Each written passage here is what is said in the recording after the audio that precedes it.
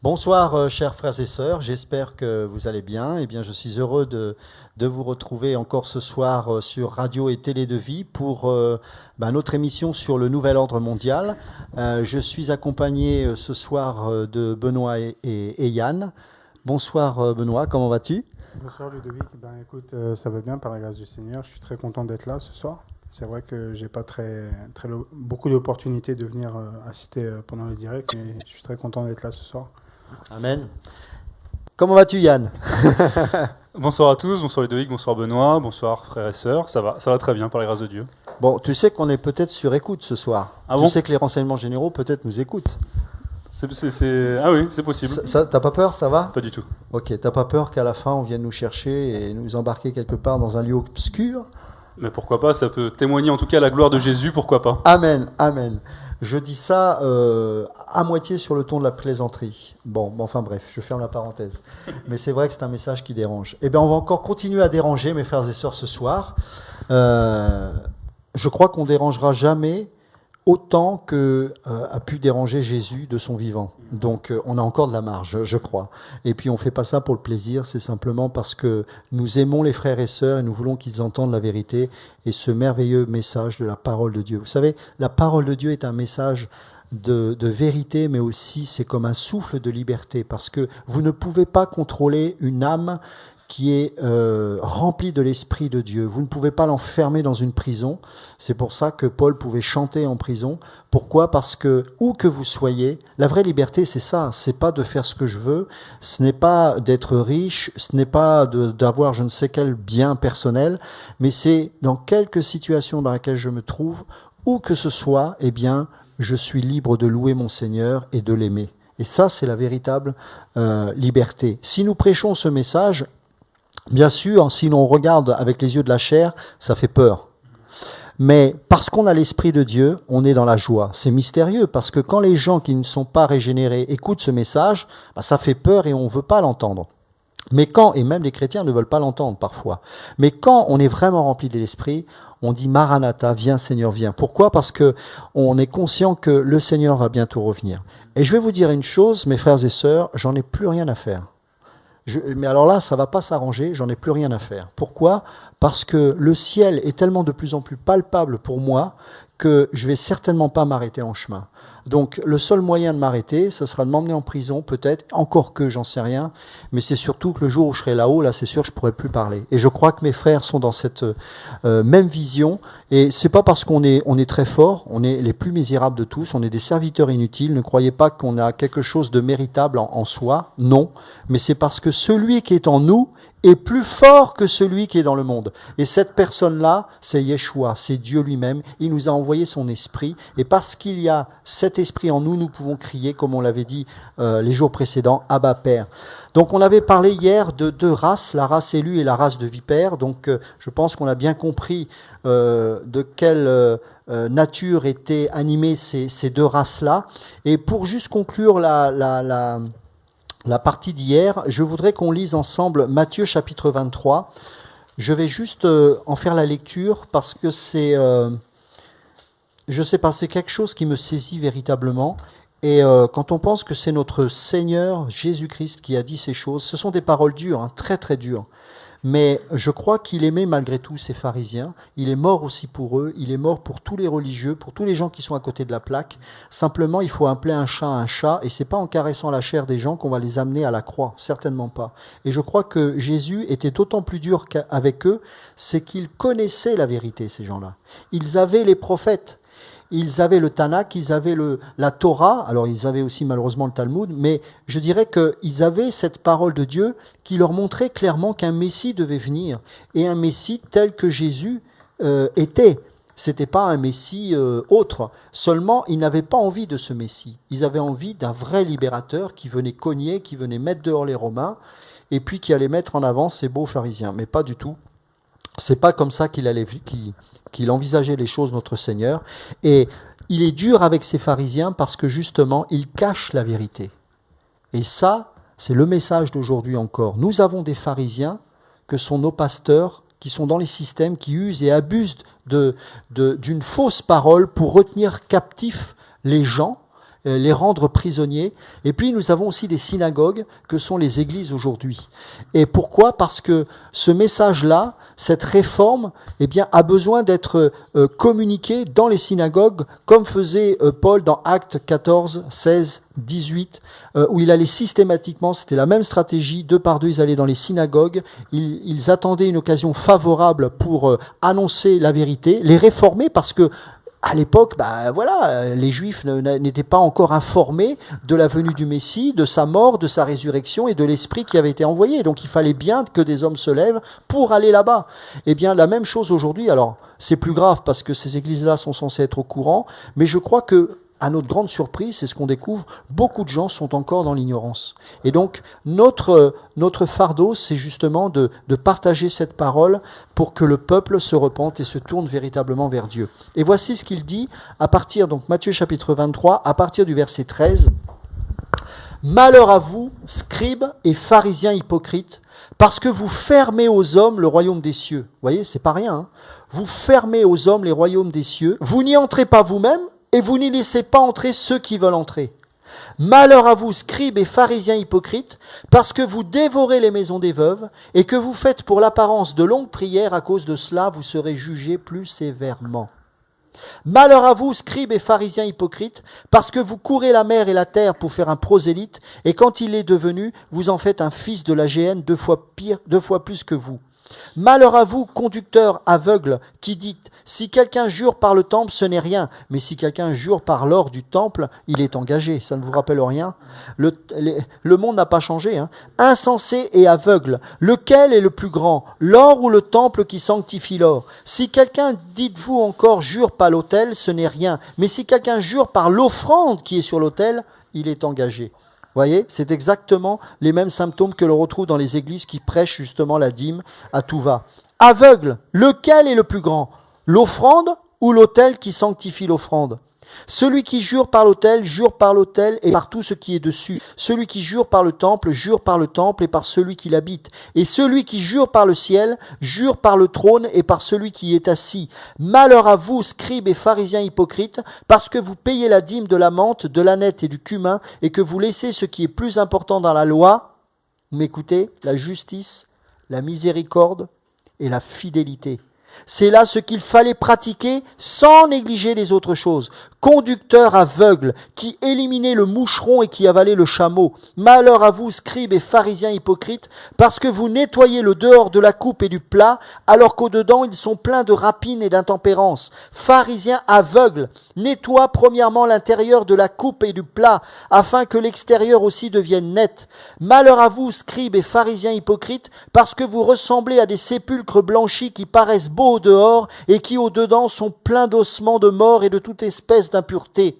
Vous de même, au dehors, vous paraissez juste aux hommes, mais au dedans vous êtes pleins d'hypocrisie et d'iniquité. Malheur à vous, scribes et pharisiens hypocrites, parce que vous bâtissez les tombeaux des prophètes et ornez les sépulcres des justes, et que vous dites, si nous avions vécu du temps de nos pères, nous ne serions pas joints à eux pour répandre le sang des prophètes. Vous témoignez ainsi contre vous-même que vous êtes les fils de ceux qui ont tué les prophètes. Comblez donc la mesure de vos pères. Serpents, race de vipères, comment échapperez-vous au châtiment de la géhenne ? Je veux dire, c'est... Aujourd'hui, Jésus prêche ça, mais on va le rembarrer, on va lui dire, mais tu juges. Le problème, c'est qu'on a une mauvaise compréhension du mot juger. Quand il est dit de ne pas juger, c'est de ne pas condamner. Mais juger spirituellement les choses, selon 1 Corinthiens 9, c'est discerner les choses et dire, selon la parole, ce qui est vrai de ce qui est faux, discerner les choses. Et c'est ce qu'il est en train de faire là, à ce moment-là. Et il dit au verset 34, « C'est pourquoi, voici, je vous envoie des prophètes, des sages et des scribes. Vous tuerez... » Ça, c'est prophétique, hein. C'est prophétique. C'est aujourd'hui. C'est aujourd'hui. C'est pourquoi, voici, je vous envoie des prophètes, des sages et des scribes. Vous tuerez et crucifierez les uns, vous battrez de verges les autres dans vos synagogues, et vous les persécuterez de ville en ville, afin que retombe sur vous tout le sang innocent répandu sur la terre, depuis le sang d'Abel, le juste, jusqu'au sang de Zacharie, fils de Baraki, que vous avez tué entre le temple et l'autel. Je vous le dis en vérité, tout cela retombera sur cette génération. Jérusalem, Jérusalem, qui tue les prophètes et qui lapide ceux qui te sont envoyés. Combien de fois ai-je voulu rassembler tes enfants comme une poule rassemble ses poussins sous ses ailes, et vous ne l'avez pas voulu. Voici votre maison vous sera laissée déserte, car je vous le dis, vous ne me verrez plus désormais jusqu'à ce que vous disiez, béni soit celui qui vient au nom du Seigneur. Amen. Et cette parole-là est malheureusement toujours de réalité. Allons dans 2 Pierre chapitre 2.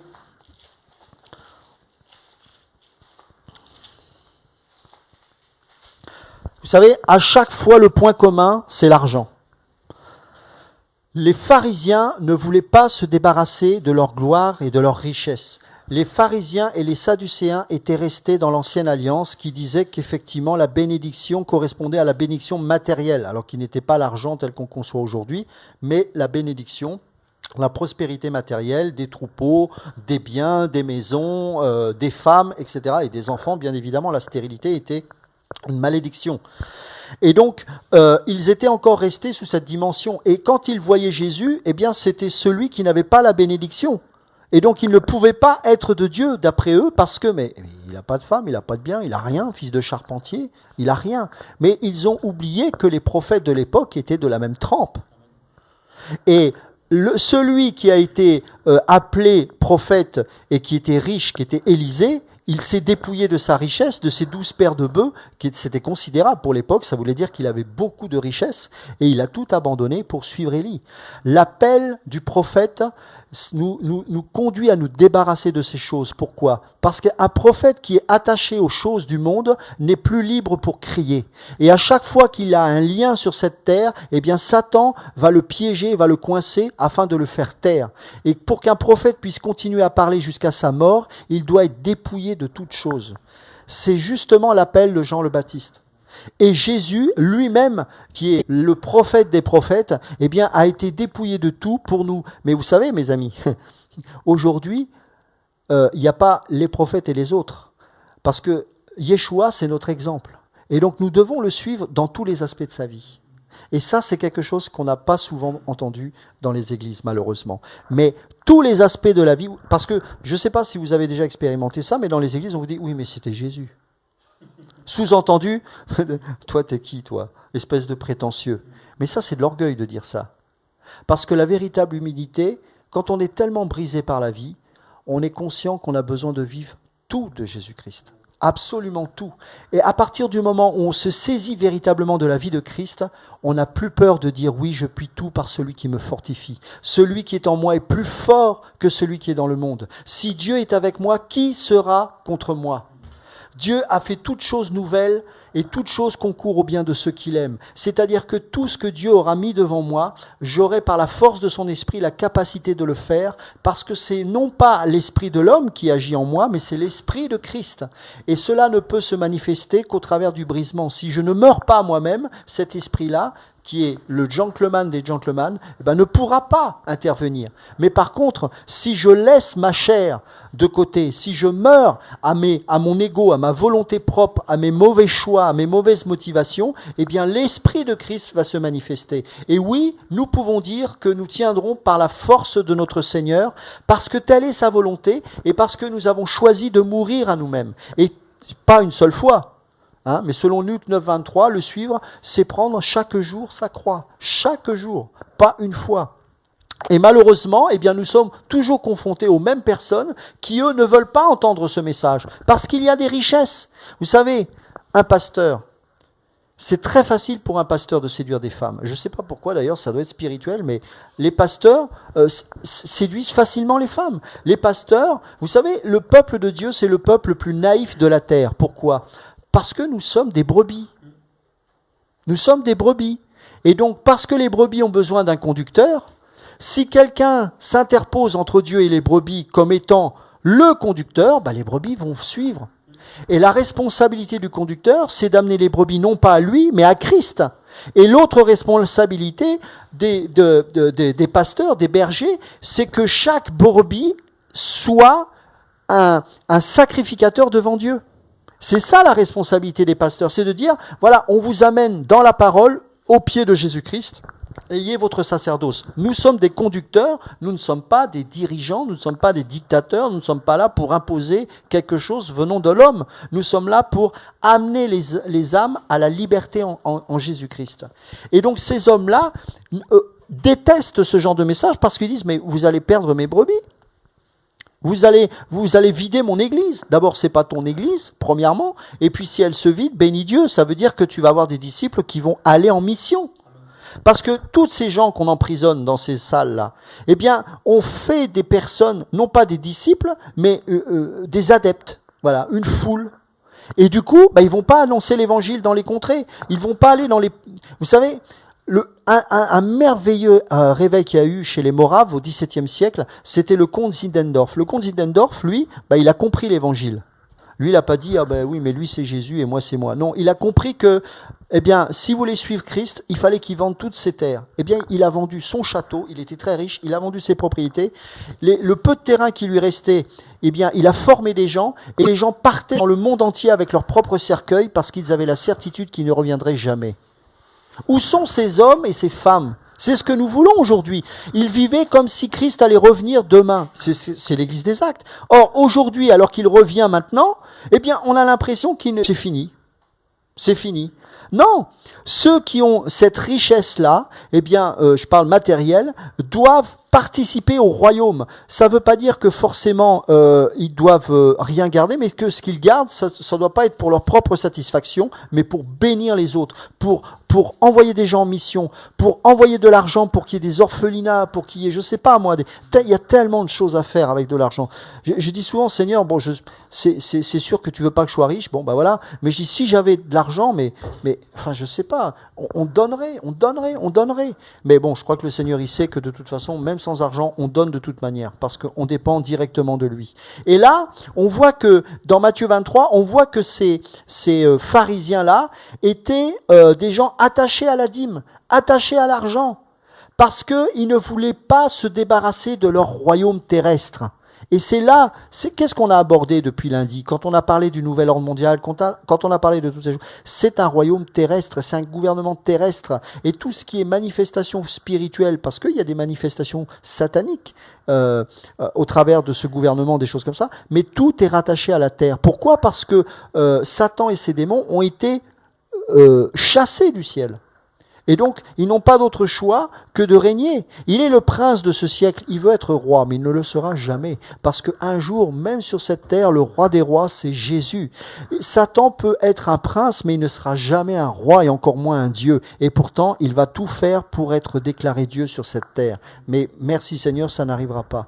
Et là, ici, on voit la même chose dans 2 Pierre 2, verset 15. On peut même lire avant. Mais eux, verset 12, semblables à des brutes qui s'abandonnent à leur penchant naturel et qui sont nés pour être prises et détruites, ils parlent d'une manière injurieuse de ce qu'ils ignorent et ils périront par leur propre corruption, recevant ainsi le salaire de leur iniquité. Ils trouvent leur délice à se livrer au plaisir en plein jour. Hommes tarés et souillés, ils se délectent dans leur tromperie en faisant bonne chère avec vous. Ils ont les yeux pleins d'adultère et insatiables de péché. Ils amorcent les âmes mal affermies. Ils ont le cœur exercé à la cupidité. Ce sont des enfants de malédiction. De qui parle-t-il à Pierre? Eh bien, au verset 1, on voit qu'il est parlé de faux prophètes et de faux docteurs. C'est pas rien, hein? Et au verset 15, encore une fois, le nerf de la guerre, c'est quoi? La doctrine de Balaam, l'argent, c'est-à-dire je suis prêt pour de l'argent à maudire le peuple de Dieu. Après avoir quitté le droit chemin, ils se sont égarés en suivant la voie de Balaam, fils de Béor, qui aima le salaire de l'iniquité, mais qui fut repris pour sa transgression. Une ânesse muette faisant entendre une voix d'homme arrêta la démence du prophète. Ces gens-là sont des fontaines sans eau, des nuées que chasse un tourbillon, l'obscurité des ténèbres leur est réservée. Avec des discours enflés de vanité, ils amorcent par les convoitises de la chair, par les dérèglements, ceux qui viennent à peine d'échapper aux hommes qui vivent dans l'égarement, etc., etc. C'est dur, hein, ce sont des paroles dures, hein, très très dures, hein. Mais je ressens lorsque Pierre a écrit cette lettre comme quelque chose qui venait de son cœur et qui l'attristait terriblement. Et il disait, je ne veux pas que mes frères et sœurs se soient abusés par ces gens-là. Pour moi, c'est aussi grave qu'un viol. Une âme, mes amis, si un jour Dieu vous appelle à enseigner, à avoir un ministère selon Éphésiens 4.11, eh bien, sachez que vous devez prier, pleurer devant Dieu et avoir les genoux qui tremblent. Parce qu'une âme, c'est ce qu'il y a de plus précieux aux yeux de Dieu. C'est terrible. Et donc, quand on a un ministère envers des gens, eh bien, il faut trembler devant Dieu parce que nous devons rendre compte devant Dieu de la manière dont nous gérons ces âmes. Et une âme, c'est fragile, c'est sensible, c'est délicat, et vous touchez à l'image de Dieu si vous détruisez cette âme.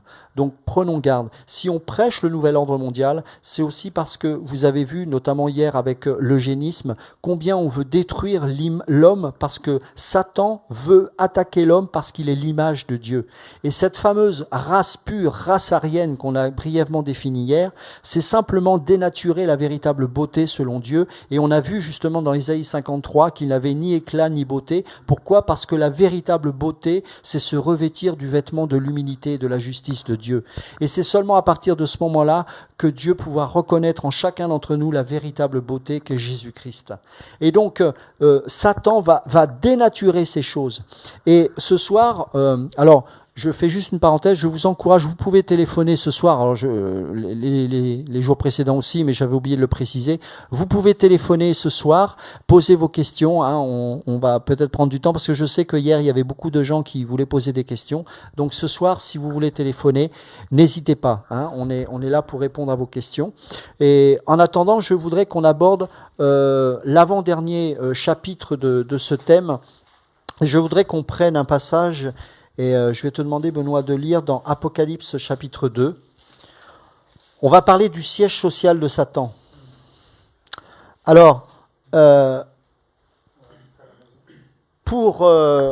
comment dirais-je, on a vraiment, quand on va par exemple en Afrique ou quand on va en Inde, on a l'impression qu'il est là.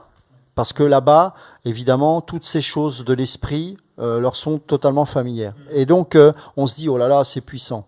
Oui, mais Satan est subtil. Et c'est pas parce que vous voyez de grosses manifestations que son siège social est là-bas. Restons scripturaires et regardons dans la parole où se trouve son siège social.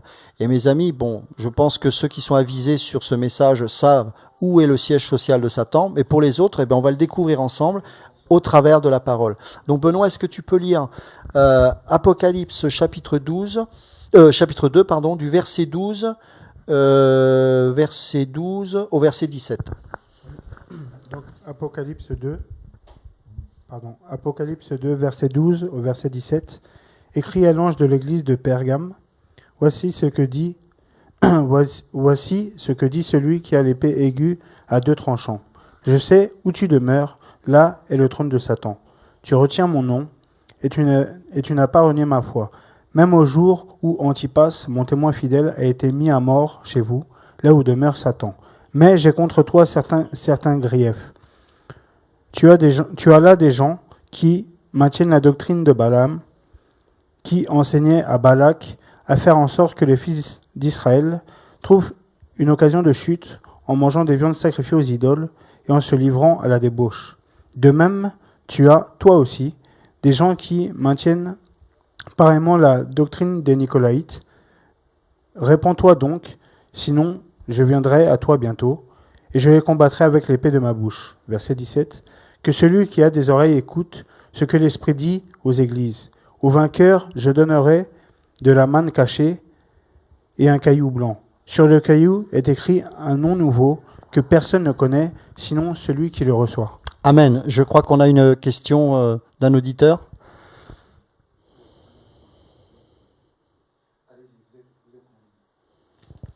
Comment ? Oui, bonsoir, on vous écoute. Oui, bonsoir.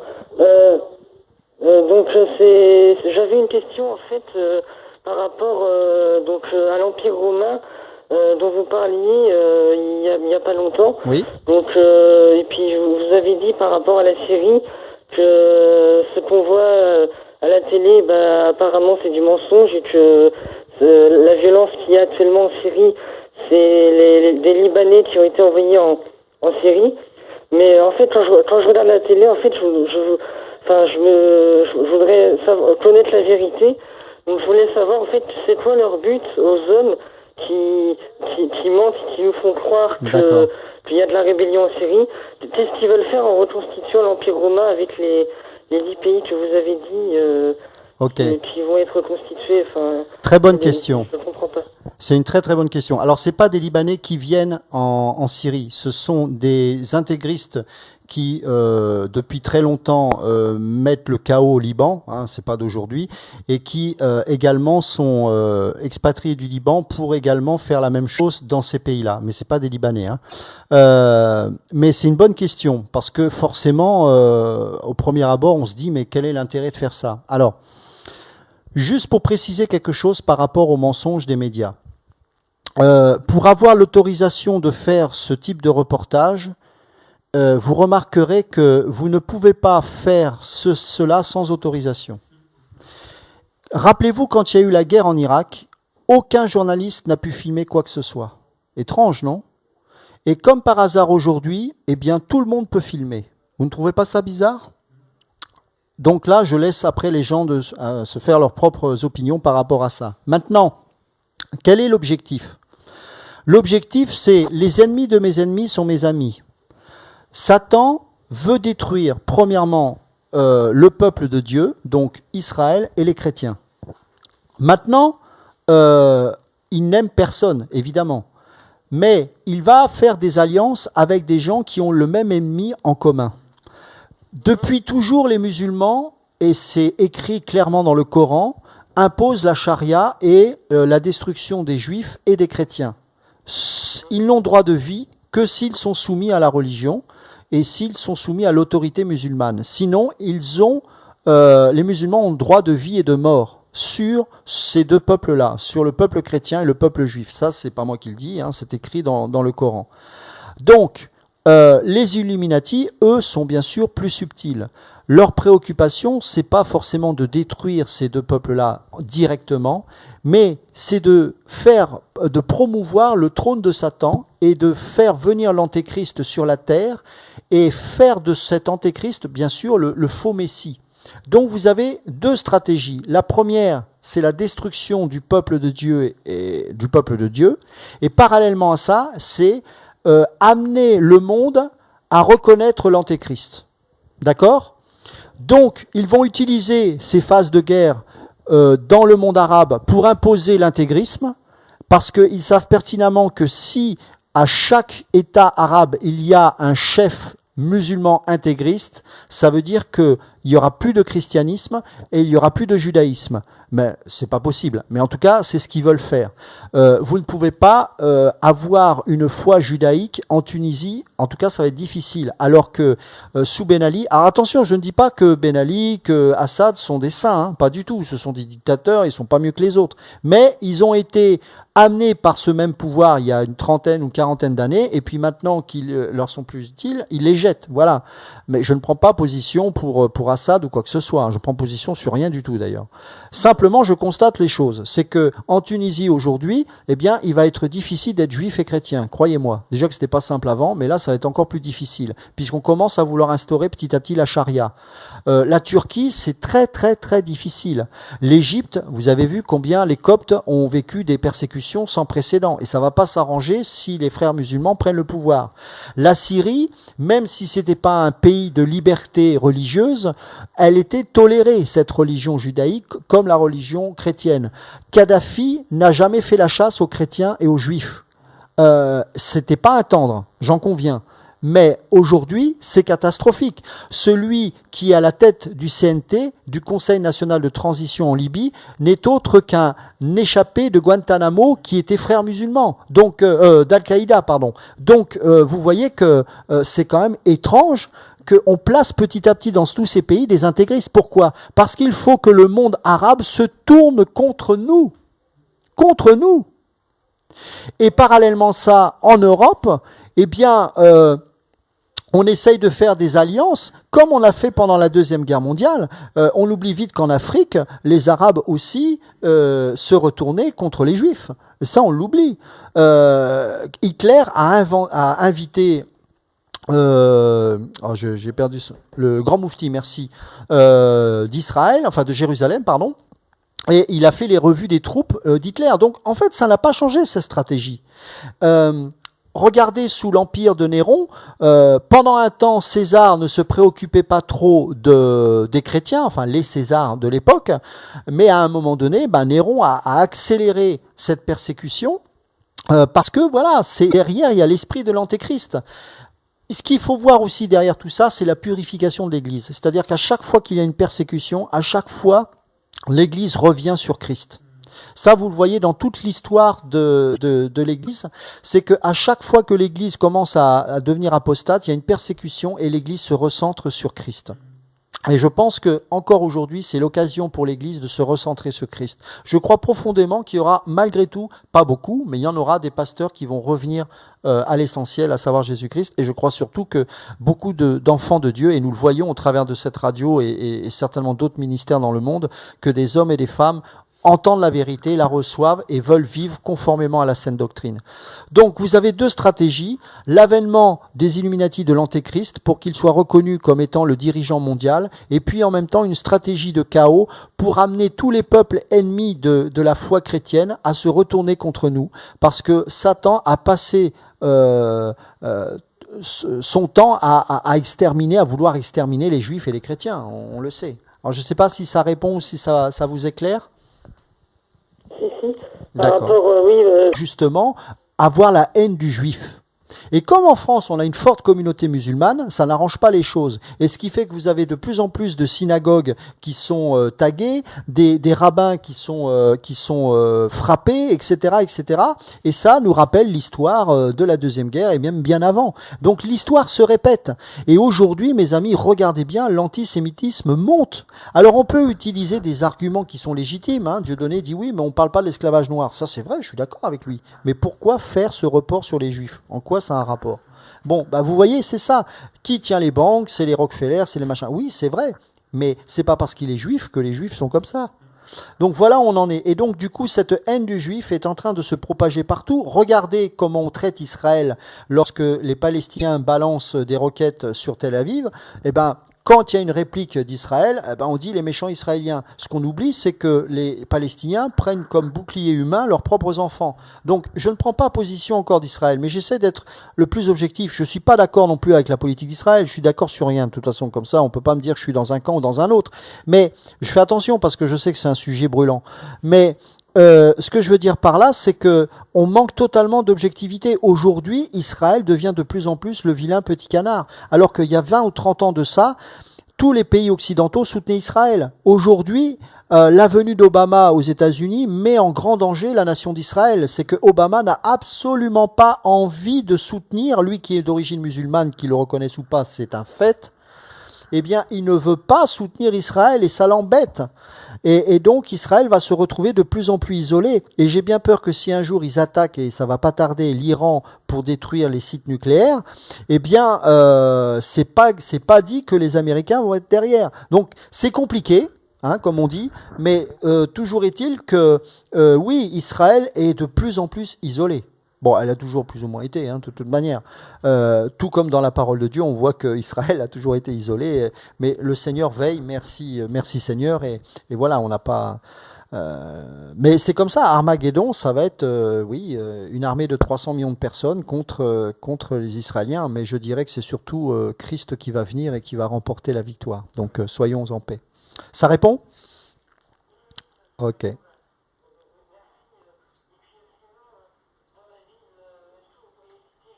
Qui prouve bien que Jésus est Dieu. Les versets qui prouvent que Jésus est Dieu, c'est ça? Oui. Ok. Bon, c'est pas trop le sujet, mais ok, on va prendre un passage. C'est bon.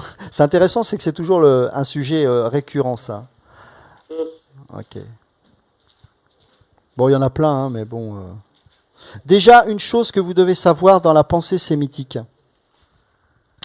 Ce qui est très important, c'est que quand un juif dit qu'il est Ben, fils d'eux, c'est automatiquement il épouse les caractéristiques du père. Un fils dans la culture juive ou même orientale ou sémitique, quand il est fils, automatiquement on voit les attributs du père.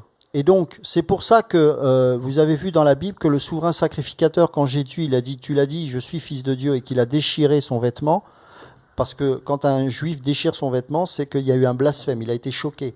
Et donc, à partir du moment où il déchire son vêtement, il est choqué de voir que Jésus dit fils de Dieu. Pourquoi? Parce qu'à partir du moment où il a dit fils de Dieu, ça veut dire qu'il a les attributs de Dieu. Fils de. Vous comprenez? Ça va déjà sur ce point? Oui, déjà c'est une bonne preuve que Jésus est Dieu, puisqu'il est le Fils de Dieu. Exactement, exactement. Donc, il y a beaucoup de passages dans la parole qui nous montrent que Jésus est Dieu. En plus, il a reçu tout pouvoir. Il a dit, tout pouvoir m'a été donné. Donc, quelle est la personne qui a reçu le pouvoir? De qui? De Dieu. De Dieu. Donc, c'est Dieu qui a le pouvoir. D'accord? Qui peut ressusciter? Qui peut aller, selon Éphésiens 2, dans les régions inférieures de la terre, et Éphésiens 4, et qui peut ensuite prendre les clés de la mort et du séjour des morts pour ensuite, quelque part, nous les donner, en fait, puisque nous avons reçu les clés du royaume. Il n'y a que Dieu qui peut faire ça. Oui. Il n'est pas mentionné l'ange Gabriel, l'ange Michael, ou je ne sais quoi encore. D'accord? Donc, bon, on va en rester là, mais à l'occasion, on pourra faire une étude là-dessus. Mais je pense que déjà, ces points-là vous éclairent. D'accord. Ça va? Merci, et puis au revoir. Ok, au revoir. Peut-être. Est-ce qu'il y a une autre question? C'est bon? Ok. On en était où? Apocalypse 2. Donc, alors, on va parler du siège social.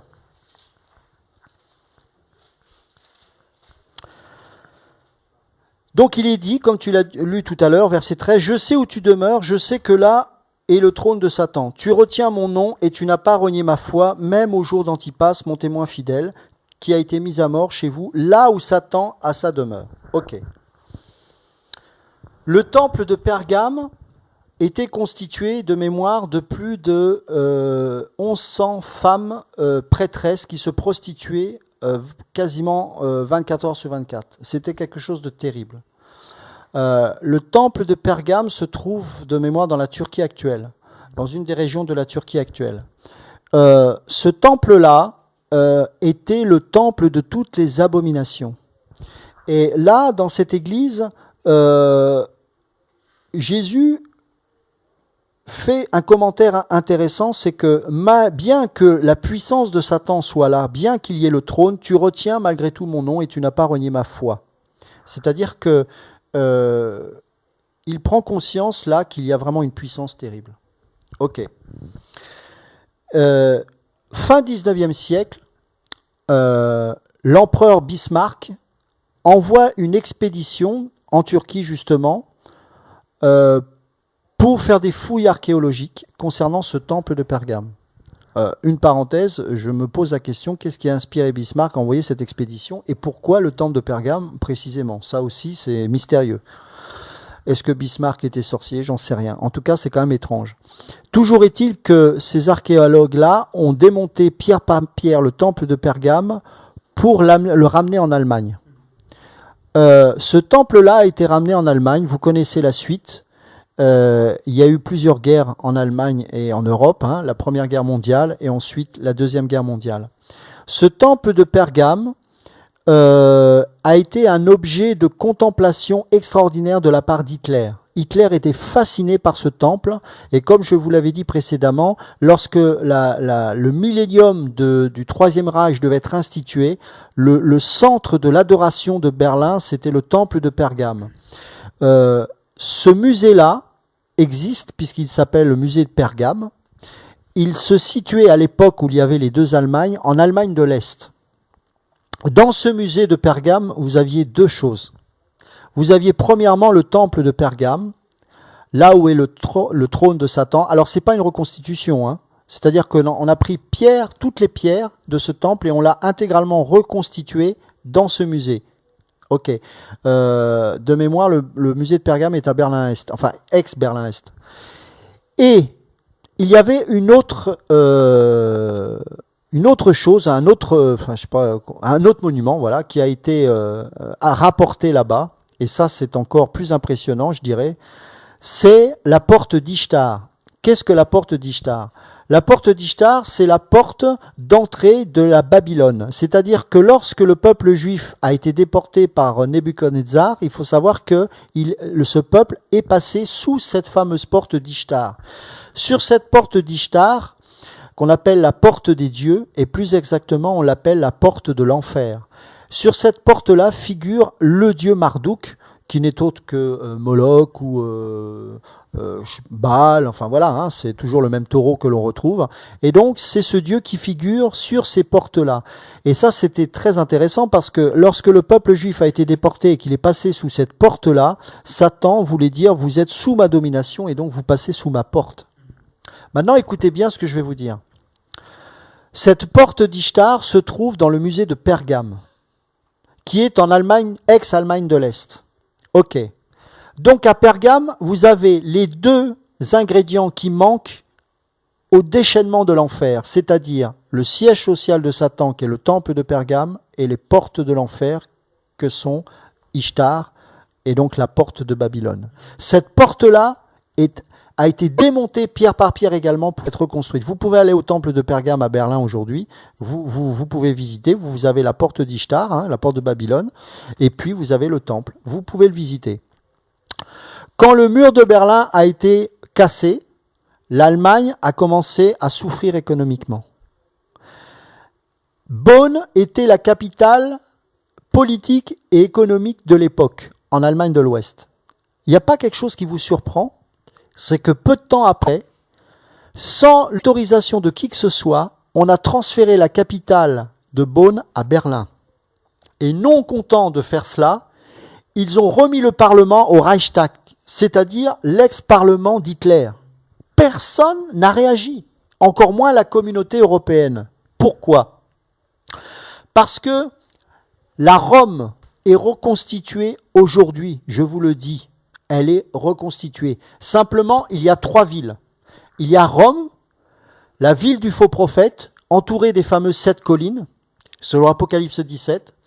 Vous avez Berlin, qui restera toujours le centre politique et la porte qui ouvre vers l'antéchrist qui viendra de l'Est. Et vous avez la capitale économique européenne, qui est Bruxelles ou Strasbourg. Je dirais, je fais le lien parce qu'elles sont intimement liées. Regardez le Parlement européen de Strasbourg. La construction du Parlement a été faite comme étant la copie conforme Genèse 11, de la tour de Babel.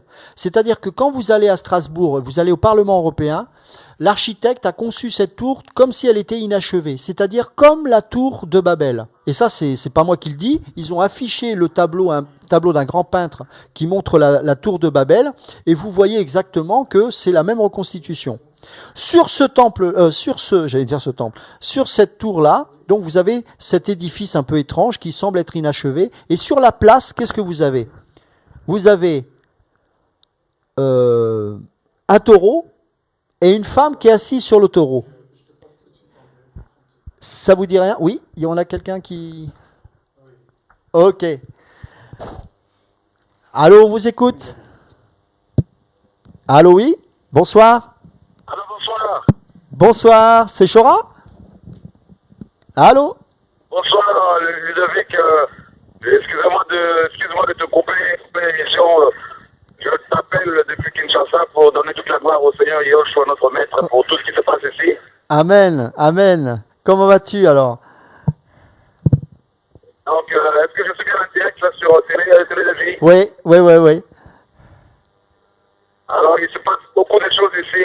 Ludovic, Gilbert, tous les frères et sœurs qui nous suivent en direct sur Télé de Vie. Nous sommes à Kinshasa, il y a beaucoup de miracles ici que Dieu opère, nous sommes dépassés. Waouh. Il y a des gens qui ont des kits,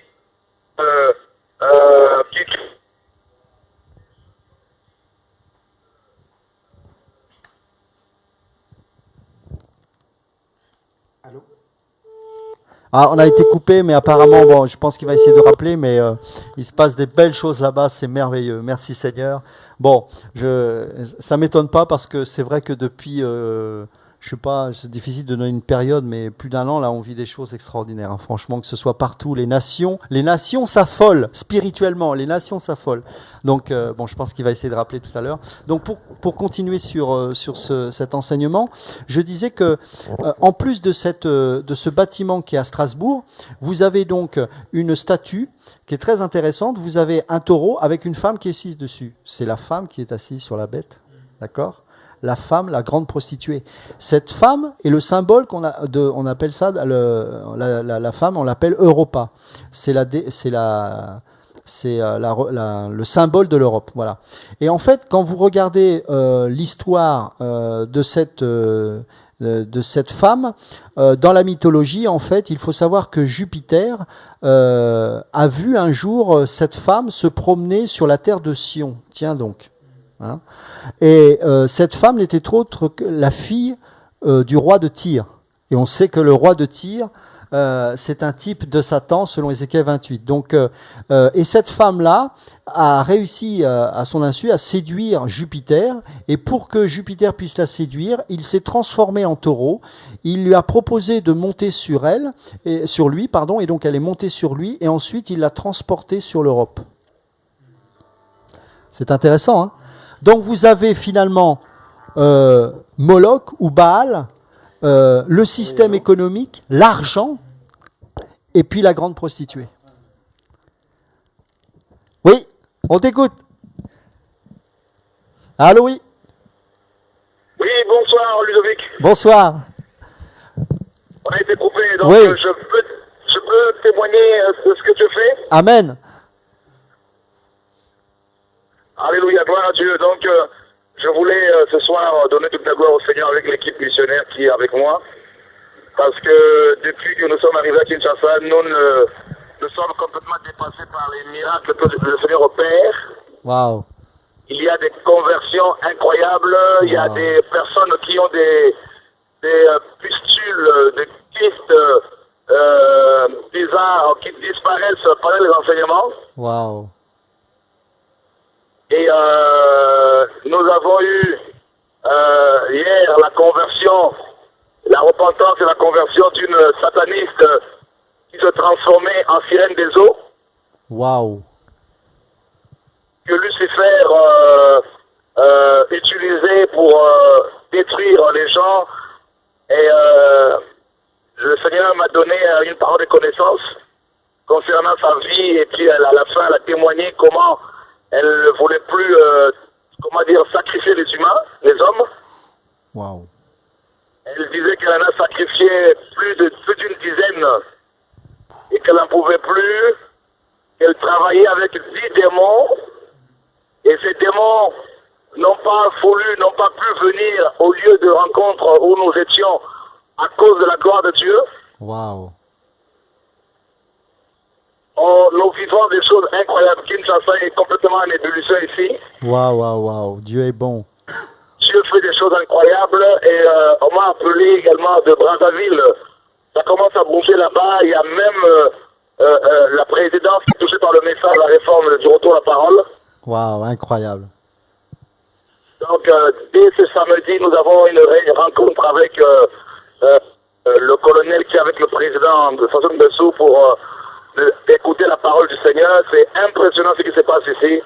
C'est pas possible. Nous sommes dépassés, Ludovic et Gilbert, ainsi que tous les frères et sœurs qui prient pour nous. Et Dieu nous surprend. C'est incroyable. Là, on vient de sortir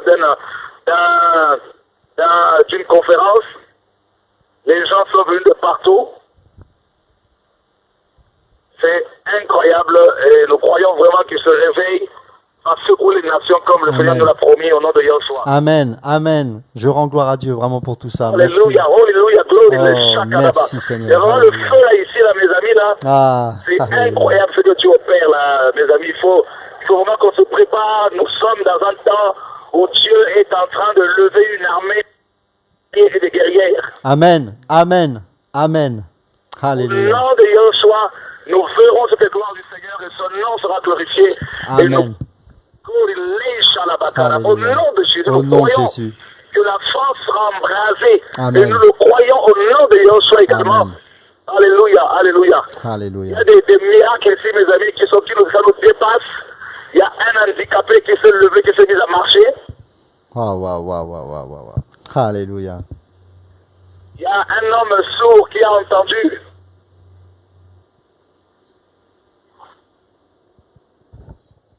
Allô? Oui. Allô? Voilà, donc voilà un peu ce que le Seigneur fait. En tout cas, priez pour nous. Oui. Que toute la gloire soit rendue au Seigneur. Et Ludo, merci pour tous les enseignements que tu donnes là-bas. Merci Seigneur. Et en tout cas, le 10 mars, nous avons une nuit de prière et d'adoration à Évry-Bras-de-Fer. Et le 24, le 25, nous sommes à Strasbourg. Amen. Et par la suite, en avril, nous sommes à Nîmes avec Ludovic ainsi que Jean. Amen. Et que toute la gloire soit rendue au Seigneur. Ensemble, mes amis, main dans la main, avançons pour, Amen. n'est-ce pas, la préparation de l'épouse en vue de l'enlèvement de l'Église. Alléluia. Amen. Au nom Gloire de à Dieu. Yeshua. Gloire Alors, à Dieu. je vous dis à très bientôt. Au Amen. nom de Yeshua. Est-ce que je peux avoir Michel 2 secondes? Oui. Ah, le Seigneur est bon. Le Seigneur est extraordinaire. Vraiment, je suis dans la joie. Je suis dans la joie d'entendre ce que j'entends. Et ouf. Seigneur est bon. Alléluia. C'est difficile de continuer après ça, mais bon, on va essayer. Oui, donc cette fameuse statue, donc la Europa, qui a été carrément enlevée en fait par Jupiter, et bien se retrouve assis sur cette bête. Et donc vous pouvez observer cette statue, elle est là-bas. Vous avez donc cette grande prostituée qui est assise sur la bête. Voilà le système reconstitué dans son intégralité. Rome est là. Alors évidemment, c'est pas Rome comme on l'a pu le concevoir jusqu'à présent, avec juste la ville de Rome et puis c'était tout. Non. Rome, c'est la ville de la grande prostituée, du faux prophète. Vous avez ensuite la capitale, je dirais, économique, Strasbourg ou Bruxelles, peu importe, et puis le siège politique qui est Berlin. Et donc, tout est prêt. Et mes amis, le siège social, Pergame, le temple de Pergame, le trône de Satan est là, et les portes de l'enfer sont réunies pour la première fois dans l'histoire, à Berlin également. Mes amis, préparons-nous, c'est chaud. C'est très chaud, mais en même temps, et on l'a entendu ce soir, il y aura un immense réveil sur toute la surface de la terre, et c'est ce qu'on est en train de vivre aujourd'hui. Je loue Dieu pour tout ce que nous vivons, et toutes les nations vont être touchées. Pourquoi? Parce que je pense qu'on vit le dernier réveil, mes amis. Le dernier réveil, et bientôt la trompette va sonner, bientôt l'antéchrist, nous aurons juste le temps de le voir selon 2 Thessaloniciens 2, et ensuite nous serons enlevés à la dernière trompette, et ce sera, mes amis, terminé. Oui, nous risquons de souffrir, c'est évident, mais c'est rien à comparer ce qui nous est réservé au ciel dans la présence de notre Seigneur. Soyons avisés, ne perdons plus de temps avec des choses vaines.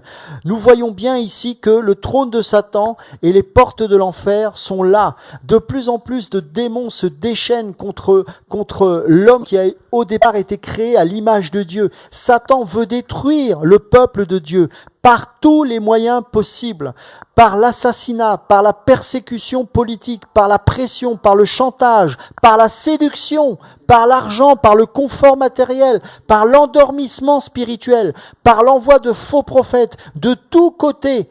Mais Dieu est plus grand que cela, et l'Esprit de Dieu est en train de toucher ceux qu'on ne pensait être jamais touchés.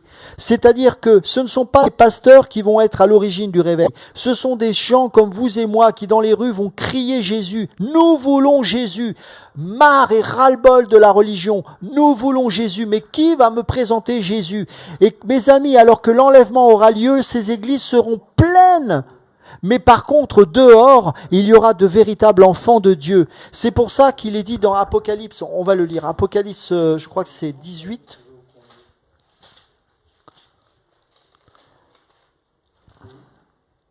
Voilà. Apocalypse 18:4, sortez du milieu d'elle, mon peuple, afin que vous ne participiez point à ses péchés et que vous n'ayez point de part à ses fléaux. Posez-vous la question, depuis que je suis dans cette église, comment se fait-il que je pêche plus qu'avant? Comment se fait-il que je suis séduit de plus en plus? C'est parce que le Seigneur vous demande de sortir. Mais pour aller où? Le Seigneur vous dit d'aller nulle part. Sortez simplement et attendez-vous à Dieu. Priez dans votre chambre. Sauvez votre peau. Mes amis, il y a une onction diabolique. Elle existe. Quand Hitler parlait, c'était une séduction terrible. Il y a des pasteurs qui ont ce même esprit. Ne croyez pas qu'un Rick Warren soit un rigolo. Ce sont des gens qui ont une forme de charisme. Ils sont capables de vous lier, de vous envoyer des démons, des choses qui vous lient. Vous pouvez être facilement, et je faisais partie de ces hommes, être attirés par leurs paroles, par cette capacité qu'ils ont de persuasion, de convaincre les gens. Et nous, comme des brebis qui allons à l'abattoir, on n'est pas capable de regarder dans les Écritures. Mais c'est grave. Les Écritures sont là pour nous éclairer. Ta parole est une lampe à mes pieds, pour que je ne trébuche point dans ma marche chrétienne. Cette parole, elle est là pour nous éclairer, pour nous donner du discernement sur quel esprit anime cet homme. Qu'est-ce qui le pousse à dire ces choses alors que la parole de Dieu dit exactement l'inverse? Mes amis, notre mission première, c'est de vous faire prendre conscience que Dieu est vivant, Dieu est réel, et ce qu'il veut par-dessus tout, c'est pas que vous soyez endormis et obèses spirituels, mais que vous soyez alertes, vivifiés, rafraîchis par l'eau de la parole, par l'Esprit de Dieu, et que vous puissiez sortir de ces milieux impies. Ce n'est plus le temps de la rigolade. Mes amis, le siège social de Satan est là, les portes de l'enfer sont ouvertes, et aujourd'hui, nous voyons le gouvernement, je sais pas si Philippe, si tu m'entends, si tu peux nous appeler, mais il avait une information à nous donner, et je crois que cette information est importante, c'est que pour la première fois, un homme politique a parlé de la puce électronique en Europe. Alors que jusqu'à présent, c'était les Illuminati, des hommes d'affaires, maintenant ce sont des hommes politiques. En ce moment, il y a une pression de la part de notre ministre de l'Intérieur pour une carte d'identité biométrique avec l'inscription de notre code génétique. Ce n'est plus de la rigolade. Il va falloir prendre position. Le Seigneur m'a montré qu'il y aura des maladies de plus en plus violentes, qu'il y aura des vaccins que nous devrons refuser et que ceux qui refuseront ces vaccins seront déportés dans des camps. Mes amis, regardez, il y a des camps qui sont vides aux États-Unis, qui sont prêts à être remplis d'hommes et de femmes, et pas seulement les chrétiens, qui refuseront d'être vaccinés, qui refuseront de recevoir du poison dans les veines. Oui, on a quelqu'un qui appelle. Oui, on vous écoute. Bonsoir. Oui, bonsoir. Bonsoir. Bonsoir Ludovic. Bonsoir. Oui, on vous écoute. Je voudrais poser une question concernant la puce aux États-Unis qui doit être mise en place en février 2013. On sait que aux États-Unis, il y a beaucoup de gens qui s'opposent justement au gouvernement et qui n'hésiteront pas à prendre les armes. Et je voudrais savoir, est-ce que ça pourrait être le début d'une sorte de guerre civile aux États-Unis et les vrais enfants de Dieu à ce moment-là, quelle est leur solution à eux? C'est une bonne question. Bonsoir Sandrine, je ne t'avais pas reconnu. En fait, oui, c'est possible. C'est possible, c'est vraiment possible. Il faut savoir que aujourd'hui, un accord dans la plupart des pays occidentaux a été fait avec une société qui va justement produire cette puce électronique, et que, à ma connaissance, pour l'instant, seule la France l'a refusé, cet accord. Mais c'est-à-dire que dans les quelques années qui vont suivre, les États-Unis vont être le pays moteur, mais l'Allemagne a accepté, tous les pays du Nord l'ont accepté, etc. Et seuls quelques pays d'Europe tels que la France, je ne sais pas si l'Italie a accepté, mais en tout cas, la France pour l'instant n'a pas encore signé cet accord. Mais oui, c'est en place, bien sûr. C'est bientôt. Alors, comment vont se positionner les Américains? Alors, vous avez dû remarquer que depuis le 11 septembre, cet événement malheureux, tout s'est précipité pour que la loi martiale soit imposée aux États-Unis. Vous ne vous en rendez pas compte, mais la loi martiale est imposée là-bas. Et donc, du coup, ce n'est pas la police qui peut vous emmener, c'est l'armée. C'est-à-dire que de plus en plus, l'armée est en train de débarquer dans les maisons aux États-Unis. Il y a des drones vous savez ce que c'est des drones? Ce sont des petits avions télécommandés qui ont la capacité de tuer à distance via un radar qui guide cet avion. Récemment, un homme soi-disant musulman extrémiste a été assassiné en pleine rue d'une ville américaine, je ne sais plus laquelle, par un drone. Voilà, on en est. Voilà le monde dans lequel on vit. Mais les gens sont d'une naïveté incroyable. Et on vit comme si de rien n'était. Donc oui, il existe un groupe de résistants. Il y a même une armée qui s'est constituée. Alors une armée de civils. Vous savez que là-bas, on a encore le droit de prendre les armes. Et il y a bien sûr des mouvements. Alex Jones est un des précurseurs dans ce domaine, mais il y en a bien d'autres. Il y a un sénateur américain, je crois, un gouverneur, je ne sais plus, non, c'est un sénateur, qui justement enquête sur le projet HARP, sur toutes ces choses-là. Je crois qu'il peut y avoir des guerres civiles. Je pense que les Américains sont moins endormis que nous, certainement, et pas forcément les chrétiens. Maintenant, les chrétiens, comment vont se positionner les chrétiens? Alors, je ne sais pas de quel chrétien tu veux parler, Sandrine. Les chrétiens que l'on appelle chrétiens et qui ne le sont pas forcément, eux, ils vont pas bouger et ils vont même, au contraire, participer au mouvement. Ne croyons pas que les 20 000 membres de l'église de Joel Osteen vont se rebeller. Ne croyons pas que tous ceux qui sont de l'église de Rick Warren et de tous ces faux pasteurs-là vont se rebeller. Certainement pas. Par contre, je crois qu'il y a beaucoup de chrétiens qui sont cachés depuis bien longtemps et qui, eux, résisteront non pas avec les armes, mais avec la foi. Mais il se peut que ce peuple américain soit peut-être le premier en Occident à être persécuté pour sa foi. En tout cas, ceux qui se positionneront clairement. Est-ce que tu as eu des éléments par rapport à ce que tu m'avais dit ou pas? Oui, en fait, j'ai eu des éléments. C'est dans le comté d'Orange, en Californie, aux États-Unis, où effectivement, il y a une loi qui est passée comme quoi les études bibliques sont interdites en dehors du bâtiment de l'église. C'est-à-dire que si des frères et sœurs veulent se réunir, par exemple, tous les trois, on veut se réunir chez moi, eh bien, la police vient, frappe et elle nous arrête. Donc ils ont interdiction, donc propriété privée, même si la maison nous appartient, même si je suis propriétaire de ma maison et du terrain, la police vient et dit non, vous êtes plus de 3 personnes, vous faites quoi? On étudie la Bible, interdiction. Donc ils arrêtent les personnes, ça va en garde à vue, ce sont des fortes amendes. Donc l'information, je l'ai vérifiée, elle est exacte. Et c'est aux États-Unis, en Californie, dans le comté d'Orange. Bon, tu vois, Sandrine, qu'on est en plein dedans. Maintenant, en Europe, je pense que ce sera beaucoup plus, il y aura plus de, ce sera plus difficile de sortir de la norme, parce que même les chrétiens qui, entre guillemets, marchent dans la vérité ont du mal à croire encore en ces choses. Mais je crois que de plus en plus, il existe des sites comme le réseau Voltaire. Il y en a un qui s'appelle Mini-1. C'est marrant d'ailleurs ce titre parce que c'est pas du tout un site chrétien. Et des économistes, notamment un homme qui s'appelle Olivier Delamarche, je crois, oui c'est ça, qui passe sur BFM TV Économie, dit clairement les choses, il s'en cache pas. Donc les consciences commencent à se réveiller, oui, même ici en France, on peut être dans une guerre civile. Ce sera peut-être pas la même guerre civile en France. Je pense qu'on aura beaucoup de conflits suite à la détresse du peuple français et du peuple européen en général, un peu comme on a vu en Grèce et qu'on voit en ce moment. C'est-à-dire qu'à cause de la crise économique, les gens vont réellement se révolter. Voilà, je ne sais pas si ça répond un peu, Sandrine, à ta question.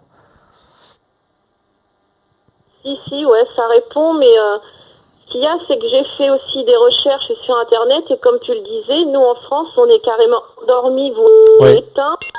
On voit le peu de sites et le peu d'informations qu'on a sur le nouvel ordre mondial et la mise en place, je vais dire, de la nouvelle Rome, on peut l'appeler comme ça. Et quand on va sur les sites américains ou canadiens, mais ça foisonne de tous les côtés, eux sont au courant, eux se préparent. Nous, on va encore attendre le dernier moment, comme d'habitude, voire on va attendre que la guerre soit finie pour agir. C'est vrai. Je dirais que c'est la raison d'être de Radio de Vie, de Télé de Vie, c'est justement de sonner du chauffard et d'alerter le peuple.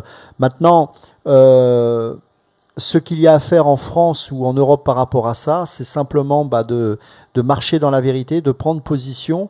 Certainement pas de prendre les armes et combattre et faire de la résistance. Notre combat n'est pas là, mais simplement de dénoncer les choses, de prier pour que les gens se tournent véritablement vers Christ Et puis voilà, ne nous faisons pas d'illusions. Je pense que beaucoup de chrétiens, regarde, simplement aujourd'hui, pour éviter un vaccin, c'est compliqué. Donc maintenant, je pense qu'en France, ça va être encore plus pointu dans ce domaine. Et il y a certains vaccins qu'on sera obligé de refuser. On va nous balancer des maladies de plus en plus puissantes, puisque les Illuminati veulent réduire de 3/4 l'humanité. Donc il faut bien qu'ils interviennent sur tout le niveau et pas seulement sur les guerres. Hein, on l'a vu en étudiant l'eugénisme hier. Donc on devra lutter, prendre position. Ça va être un combat de tous les jours et un combat en même temps personnel, comme le salut. Hein, de toute façon, voilà. Mais Dieu nous donnera sa grâce. Dieu nous donne déjà sa grâce.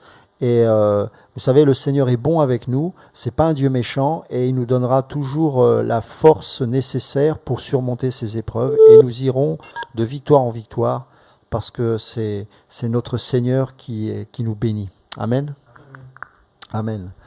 Est-ce qu'il y a peut-être... En tout cas, moi je remercie le Seigneur pour ces messages, et puis soyez tous bénis, et à Radio de Vie aussi, voilà. Merci Sandrine, bon courage, hein. Est-ce qu'il y a une autre question? Ok. Donc, vous avez vu qu'il y a donc cette comment dirais-je, cette stratégie maintenant qui est dévoilée, et l'Europe est le point stratégique du nouvel ordre mondial, même si les États-Unis ont été précurseurs, et aussi l'Angleterre d'ailleurs, puisque les Rothschild étaient en Angleterre, les Rockefeller aux États-Unis, mais je dirais que l'Europe est le terrain des Illuminati. C'est là que tout se passe. N'oubliez pas que c'est là où il y a le conflit mondial, c'est là où il y a l'Europe, les Américains. Moi, je me rappelle un jour, j'étais aux États-Unis. La fois, on avait dit non au référendum. Je ne sais plus quel référendum sur l'Europe c'était, mais on avait refusé. Ah, c'était pour la rentrée de la Turquie en Europe, je crois. Hein, c'est ça. On avait dit non, je crois. Bon, enfin bref. Et donc, les Américains, ils me disent, mais pourquoi vous avez refusé l'Europe? Et en fait, les Américains nous poussent à l'Europe de plus en plus. Et pourquoi? Parce que c'est une stratégie. C'est une stratégie. Je crois qu'il y a une question, oui. Bonsoir, on vous écoute. Allô, oui, bonsoir. Oui. On vous écoute, bonsoir. Bonsoir. Oui, on vous écoute. Posez votre question, s'il vous plaît. Oui, en fait, c'était pour savoir si les systèmes de paiement sans contact, est-ce que c'est différent des puces? Les paiements sans contact. Qu'est-ce que vous entendez par ça? Les cartes bleues, les paiements par Internet? Un système de paiement qui est arrivé en France. En fait, on te met une puce au niveau de l'épaule ou au niveau du bras. Ouais. Au lieu d'utiliser la carte bancaire, tu utilises la puce. D'accord. Tu veux peut-être parler de ça?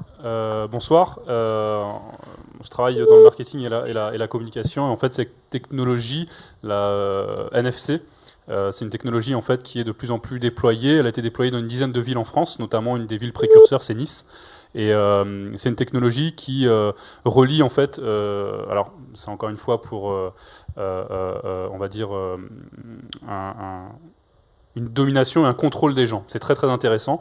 Et là où je travaille, on a eu ça à l'étude. Et l'objectif, c'est une guerre qui se passe actuellement au niveau de l'information.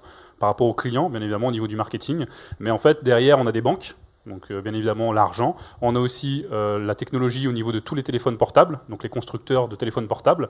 On a aussi bien évidemment la grande distribution qui veut récolter un maximum d'informations pour pouvoir mieux cerner le client et mieux le cibler. Et donc cette technologie est en train d'être développée à une vitesse grand V.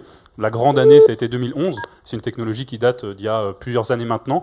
Et à chaque fois, les personnes, les directeurs de marketing ou les têtes pensantes, on va dire, du monde, ont reculé en fait cette date au fur et à mesure. Ils pensent que maintenant, le monde est mûr pour qu'on puisse mettre en place cette stratégie. Ce qui veut dire que concrètement, aujourd'hui, avec les smartphones, puisque la plupart des gens ont des smartphones, donc des téléphones intelligents qui leur permettent d'aller sur Internet, d'être repérés aussi par GPS, puisque la plupart de nos téléphones smartphones ont des GPS, et même quand le téléphone est éteint, on peut savoir où est la personne. Donc même, il faut enlever la batterie, voire casser le téléphone pour vraiment plus être repéré. Donc on se rend compte que petit à petit, on va manger sur le droit individuel des personnes, et donc sur nos libertés, parce que c'est un faux droit, hein, liberté, égalité, fraternité, surtout en France, la franc-maçonnerie. Et je travaille pour, malheureusement, eux, parce que sans donner le nom du groupement, aïe aïe aïe, mais c'est ça, hein, c'est ça la cooptation, etc. On parle de choses concrètes là. Et en fait, donc cette technologie va rentrer dans nos téléphones. Donc il y a déjà des téléphones qui ont été mis en place, plusieurs fabricants, Sony, Ericsson, Samsung, sont OK. Donc il fallait savoir maintenant qui allait récolter ces informations et donc avoir la connaissance. C'est-à-dire qu'aujourd'hui, je me rends dans une grande surface. Alors ça sera, c'est pas encore mis en place, mais bientôt. Et on aura des cartes de fidélité, etc. On aura tout dans le téléphone. J'aurai ma carte bleue, c'est-à-dire que ça sera relié au système bancaire, je pourrai payer avec mon téléphone, je pourrai, si j'ai une carte de fidélité, en fonction de là où je serai, on reconnaîtra l'enseigne où j'ai mis les pieds, la carte de fidélité sera appelée, si j'ai des points dessus, ça sera, etc. Mon ticket de caisse sera aussi sur mon téléphone portable, donc quand je rentre chez moi, je pourrai avoir toutes ces données, et bien évidemment, on pourra savoir exactement tout ce que j'ai fait dans la journée, finalement, avec mon téléphone. On pourra payer nos amendes avec le téléphone. En gros, la technologie sans contact, c'est une puce qui sera dans le téléphone, et en gros, il y a une borne, et en fait, c'est sans contact parce qu'il n'y a pas de toucher. La carte bleue, on la rentre soit au niveau de la bande magnétique, soit au niveau de la puce, mais la NFC, en fait, on passe le téléphone sur une borne, et en gros, on touche pas. Donc c'est pour ça qu'on appelle ça une technologie sans contact. D'accord. En fait, pendant que tu me parlais de ça, bon, c'est impressionnant, mais j'étais en train de réaliser que on est très souvent focalisé sur cette puce qui peut être dans la main, dans la paume de la main ou sur le front. En fait, ça nous parle aussi des actions et des pensées. Et donc, c'est avant tout un système. Et là, on voit bien que le monde va agir avec ce principe-là et va penser de cette manière. C'est-à-dire que tout le système de la société va tourner autour de ça. Donc, c'est bien plus qu'une puce. Alors, qu'est-ce qu'on fait face à ça? Est-ce qu'on doit jeter nos portables, etc.? Moi, je dirais que ça nous pousse à avoir une relation personnelle avec Dieu. Demandons à Dieu ce qui est utile et ce qui n'est pas utile dans nos vies. Si j'ai un téléphone comme ça, c'est parce que pour mon travail, j'en ai la nécessité. Mais j'utilise peut-être 20% des capacités de ce smartphone. Parce que j'estime que j'ai pas à payer plus pour d'autres choses dont j'ai pas besoin. Mais la plupart des gens utilisent 100% parce qu'ils se disent, au moins je sais que même si j'utilise pas, je peux tout faire. Ça, c'est pas correct. Donc, tous ces systèmes-là, on va pas revenir à l'âge de pierre, c'est évident. Mais on doit en être libre. Et à un moment donné, je crois que le Seigneur nous dira clairement, là où ça cloche, non, là, stop, il faut que tu arrêtes. Vous voyez, je crois que c'est tellement complexe aujourd'hui qu'on peut pas dire jeter les téléphones, jeter les télés, etc. Moi, je pense qu'on peut encore se passer aujourd'hui de téléphone. On peut encore se passer de télé. Moi, j'ai pas de télé. Enfin, j'en ai une, mais c'est juste pour mettre les messages, les machins comme ça. Voilà. Est-ce que je vais vous dire un bon chrétien, il doit pas avoir de télé? Bien, non, ça, c'est du légalisme. C'est ridicule. Mais je crois que dans sa relation avec Dieu, on sait quand on attriste le Saint-Esprit ou pas. C'est pour ça, ma sœur, à ce genre de questions, il m'est difficile de répondre parce que, en fait, je veux pas être dogmatique et je veux pas être légaliste. Tout ce que je veux, c'est vous amener face à Dieu, face à votre responsabilité et laisser le Saint-Esprit vous parler à vous. C'est-à-dire que chacun, nous avons un sacerdoce avec Dieu, et donc nous devons être capables de dire le Seigneur m'a dit ça, je veux pas. Tu vois, ma sœur? Donc du coup, je peux pas dire il faut pas que tu aies de smartphone, parce que si déjà on attend une solution d'une tierce personne, le moment où il y aura vraiment une puce généralisée, ce sera trop tard, on n'aura rien vu venir. Bon, de toute façon, on sera plus là. On sera enlevé avant. Mais en attendant, le système est déjà bien là. Donc, si on n'est pas capable d'être libéré du système, ça va être difficile pour nous de lever la tête vers le ciel. Moi, je vois par exemple dans les églises beaucoup de gens qui sont incapables d'éteindre leur téléphone pendant les messages. Enfin, c'est quand même incroyable. Le minimum de respect devant Dieu quand on est en train d'écouter la parole, c'est d'éteindre son téléphone. Vous avez des gens pendant la prière, ils consultent les messages, ils répondent et ils chattent. Ça, c'est un problème. Ça, c'est un problème. Ça montre un manque de respect, on n'a pas la crainte de Dieu. Vous imaginez Jésus qui vous apparaît comme ça et vous êtes en train de dire, attends Seigneur, je passe un SMS. Mais quand la parole de Dieu est prêchée avec onction, c'est comme si Jésus était là. Donc de la même manière, vous ne pouvez pas vous comporter de cette manière. Donc on est tous en train d'être focalisés sur les puces et les machins, mais déjà, respectons Dieu pour ce qu'il est. C'est pas notre pote. Et donc, plions le genou. Dis, Seigneur, je veux avoir la crainte de ton nom. Qu'est-ce qui fait que je suis familier avec toi? Dans quel domaine de ma vie je suis familier. Et Seigneur, qu'est-ce que je dois traiter dans ma vie? Tu vois, moi, je ramène toujours à la sanctification, parce que après, je peux pas. Et d'ailleurs, le Seigneur, c'est pour ça qu'il donne pas suffisamment de précision dans ce domaine, pour qu'on soit pas des religieux et des légalistes, mais que nous puissions être poussés justement à avoir une relation avec le Seigneur. Est-ce que tu vois ce que je veux dire? C'est bon?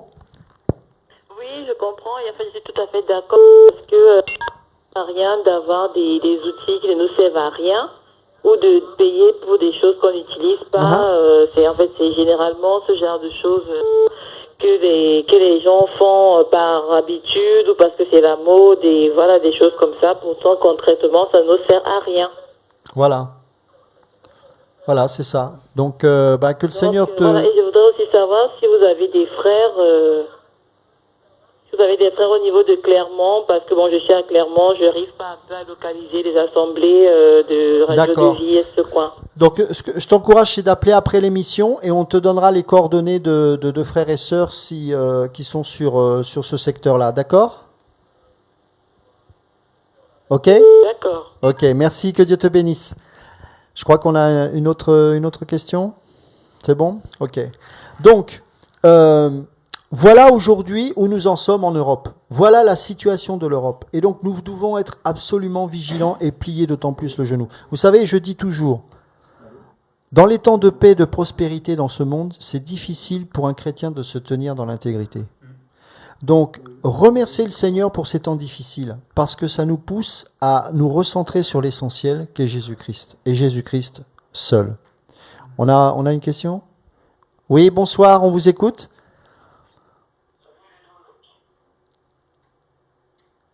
Oui, bonsoir, excusez-moi, on vous a mal entendu. Est-ce que tu m'entends, Ludo? Oui, ça va? On t'entend. Oui, c'est Jacques. Oui, ça va? Oui, j'ai fermé mon écran là, parce que ça rentrait trop en conflit. Comment vas-tu? Je suis béni de tous ces messages que le Seigneur vous a mis à cœur durant cette semaine. Je ne peux que louer l'Éternel pour toute cette vérité qui doit être publiée au grand jour, parce que c'est très important que les gens soient mis au courant de toutes ces choses-là.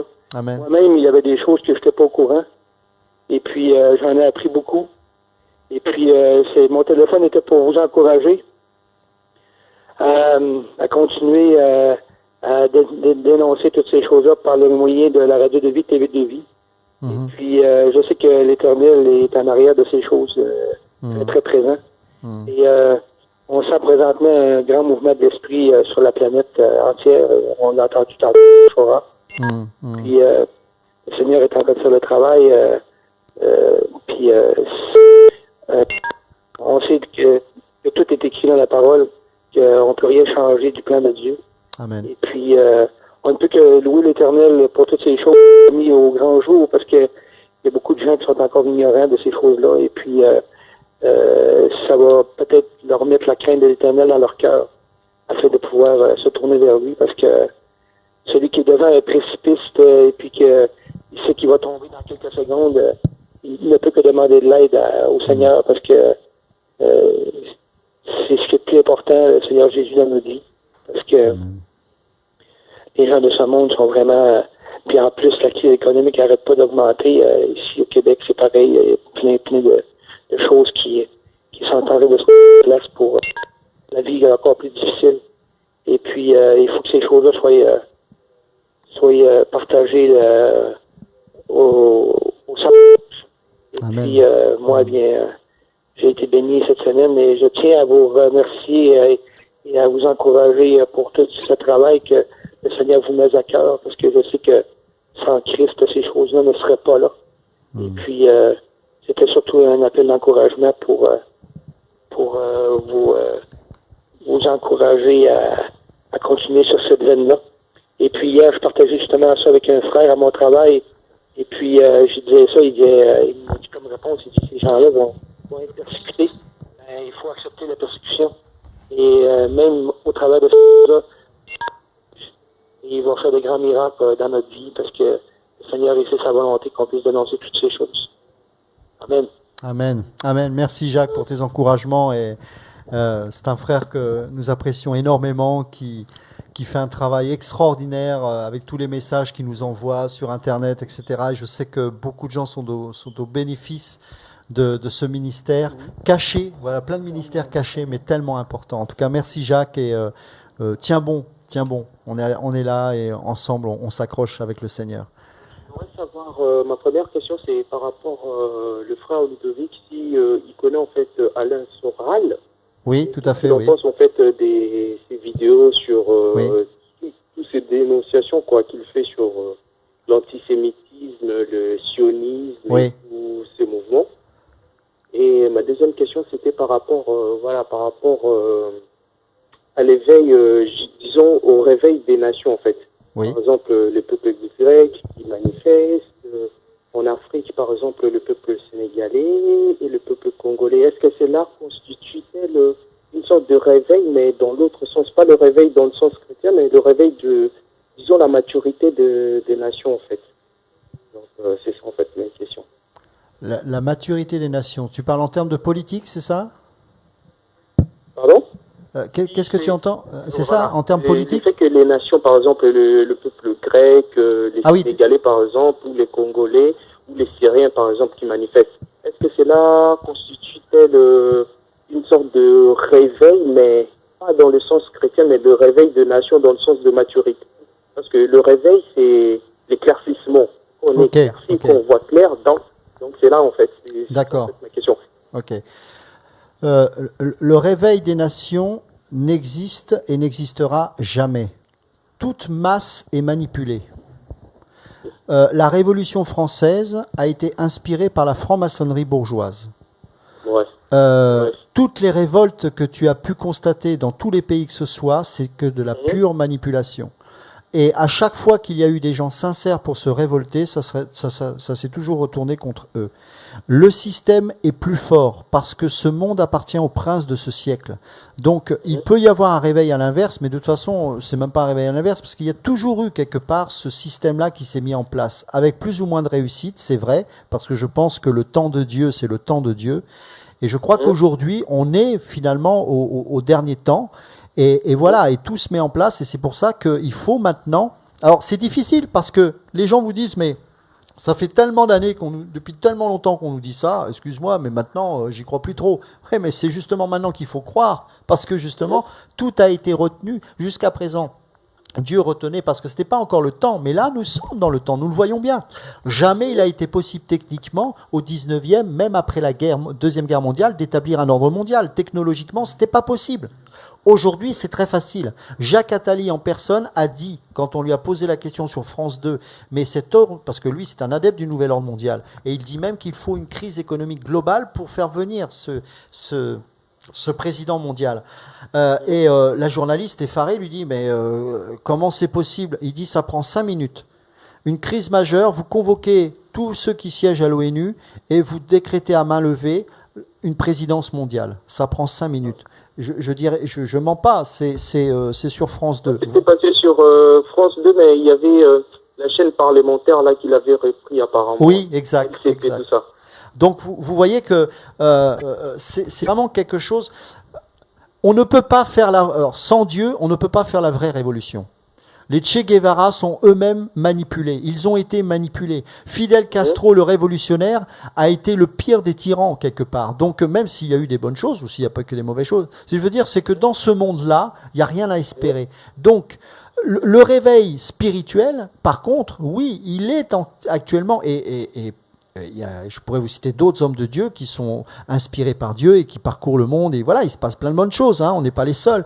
Mais merci Seigneur, heureusement, ce serait triste. Mais ce que je veux dire par là, c'est que là, par contre, il y a un réveil spirituel. Mais ce réveil spirituel a des conséquences en termes politiques. C'est-à-dire que nous n'allons pas influencer la politique, mais la politique va réagir. Les politiciens vont réagir face à ce réveil. Ils n'accepteront pas que le peuple de Dieu, lui, se réveille. D'accord. Tu vois, mais toutes ces espérances, moi j'avais des espérances en tant que chrétien. Je pensais que on pouvait changer le cours de l'histoire de certains pays. Et en fait, j'ai appris que c'était complètement faux, que ce n'est pas possible, qu'il n'y a rien à espérer parce que tout est en contrôle, tout est fait, tout est calculé. Il faut savoir que nous sommes dans le temps de Dieu. La priorité du chrétien, c'est d'être dans le temps de Dieu. Voilà. D'accord. Excusez-moi, encore une question qui m'est revenue à l'esprit. Justement, par rapport à, voilà, je sais pas, j'ai été touché cet après-midi en méditant, que voilà, le terme insensé, qui sont majoritairement employés dans les lettres, disons dans les livres que Salomon a écrits, désignaient directement les hommes politiques, parce que la politique, c'est l'art de discourir. Or que Salomon, avant de régner, le Seigneur m'a révélé qu'avant que Salomon règne, il n'a pas fait de promesses, contrairement aux politiciens qui, quand ils veulent régner, ils font des promesses. Donc cela fait qu'ils sont considérés comme insensés, alors que Salomon, lui, directement, il a demandé la sagesse. Donc ma question était que, voilà quoi, est-ce que quand on dit terme insensé, parce qu'on voit ça dans Psaume, chaque fois ça revient, c'est récurrent, ces termes insensés. Cela désigne vraiment les politiciens, parce que les politiciens, ils promettent, mais ils réalisent pas. Ok, ça, c'est correct, on peut penser ça, c'est pas que les politiciens, c'est l'homme qui est insensé. Mais bien sûr, pourquoi on peut penser aux politiciens? Parce que ils pensent avec la sagesse humaine changer le cours des choses, et ce n'est pas possible. Je te le dis en toute amitié dans l'esprit, mais il faut pas non plus que tu sois amer par rapport à ces choses. Ne t'attache pas à l'injustice des hommes et des systèmes qui sont mis en place. Attache-toi à Dieu. Il faut garde ton cœur. Je te dis franchement, garde ton cœur. Ne te laisse pas attacher à ces choses-là, même si parfois c'est injuste, même si c'est révoltant. Cherche premièrement le royaume de Dieu, tu vois. Donc je t'encourage à rester dans la relation amoureuse que tu as avec Jésus et de ne pas être troublé par le comportement des uns et des autres qui dirigent ces nations-là. Il faut plutôt les bénir, ouais. Voilà. Le Seigneur, il fait laisser le soleil pour les bons et les... Voilà, exactement. Sois béni en tout cas. Est-ce qu'il y a une autre question? C'est bon? Ok. Je voudrais juste qu'on termine peut-être par un passage dans Matthieu 16. C'est une parole d'encouragement pour nous ce soir, où il est dit, donc Matthieu 16, 18, peut-être que Benoît, tu peux le lire. Matthieu 16, 18. Et moi je te dis que tu es pierre, et sur cette pierre je bâtirai mon église, et que les portes du séjour des morts ne prévaudront point contre elle. Voilà. Et moi je te dis que tu es pierre, Pétros, et que sur ce roc Pétra, qui est Jésus-Christ, je bâtirai mon église. C'est Christ l'architecte et l'auteur de l'église. Et Pierre n'est pas le premier pape, parce que lorsqu'il dit que tu es pierre et que sur ce roc, sur ce rocher, je bâtirai mon église, c'est quoi ce rocher en question? C'est la révélation que Pierre a eue par l'Esprit lorsqu'il dit à Jésus au verset 16, « Tu es le Christ, le Fils du Dieu vivant ». L'église est bâtie sur la pierre angulaire qui est Christ, elle est bâtie sur un Dieu qui est vivant. Et Dieu est vivant parce que Yeshua est là. Yeshua est la pierre angulaire. Il est notre Christ. Il est loin de l'éternel. Il est le Messie. Il est celui sur laquelle la bâtisse qu'est l'Église, la bâtisse spirituelle j'entends, peut trouver la sécurité éternelle. C'est ça qui prime par-dessus tout. Et il dit, je bâtirai mon église et que les portes du séjour des morts ne prévaudront point contre elle. Pourquoi? Parce que justement, il a dépouillé l'autorité, il a pris les clés de la mort et du séjour des morts. Il a dépouillé ces deux entités démoniaques qui avaient la puissance et l'autorité sur toute âme, et désormais c'est terminé. Et non content de cela, il nous a donné l'autorité, il nous a donné les clés du royaume. C'est extraordinaire. C'est-à-dire qu'au verset 19, il dit « Et je te donnerai les clés du royaume des cieux. Ce que tu lieras sur la terre sera lié dans les cieux, et ce que tu délieras sur la terre sera délié dans les cieux. » Mes amis, la véritable Église, elle libère le pardon, elle libère l'amour, le pardon même contre nos ennemis, même contre ceux qui nous persécutent. La véritable Église, elle est un modèle de patience, de fidélité, de constance, de douceur, de persévérance, de prière, de consécration, de sainteté. Et c'est ça la véritable Église. Et nous avons non pas les clés pour changer le monde, mais pour manifester le caractère de Christ. C'est ça la véritable Église. La véritable Église, ce n'est pas la prostituée qui va déballer ses attributs pour mieux séduire les hommes, parce que c'est ce que fait l'Église aujourd'hui. Mais la véritable Église, elle est en peau de dauphin, elle n'est pas en apparence glorieuse. Et comme Christ n'avait ni éclat ni beauté, mais quand on rentre à l'intérieur de l'Église, c'est la Shekinah et la gloire de Dieu qui doit primer par-dessus toute chose. Et ainsi, les hommes pourront être confondus par la présence de Dieu. J'ai connu des gitans qui étaient convertis, qui évangélisaient dans les rues de Paris. Ils avaient pris possession d'un vieux cinéma porno place Clichy. Il y avait une telle présence de Dieu que quand les policiers venaient, ils étaient touchés, délivrés et convertis. Où sont ces hommes aujourd'hui? Et eux, ils ne s'occupaient pas à faire de la société. 10, 15 ans plus tard, malheureusement, ces hommes-là se sont corrompus.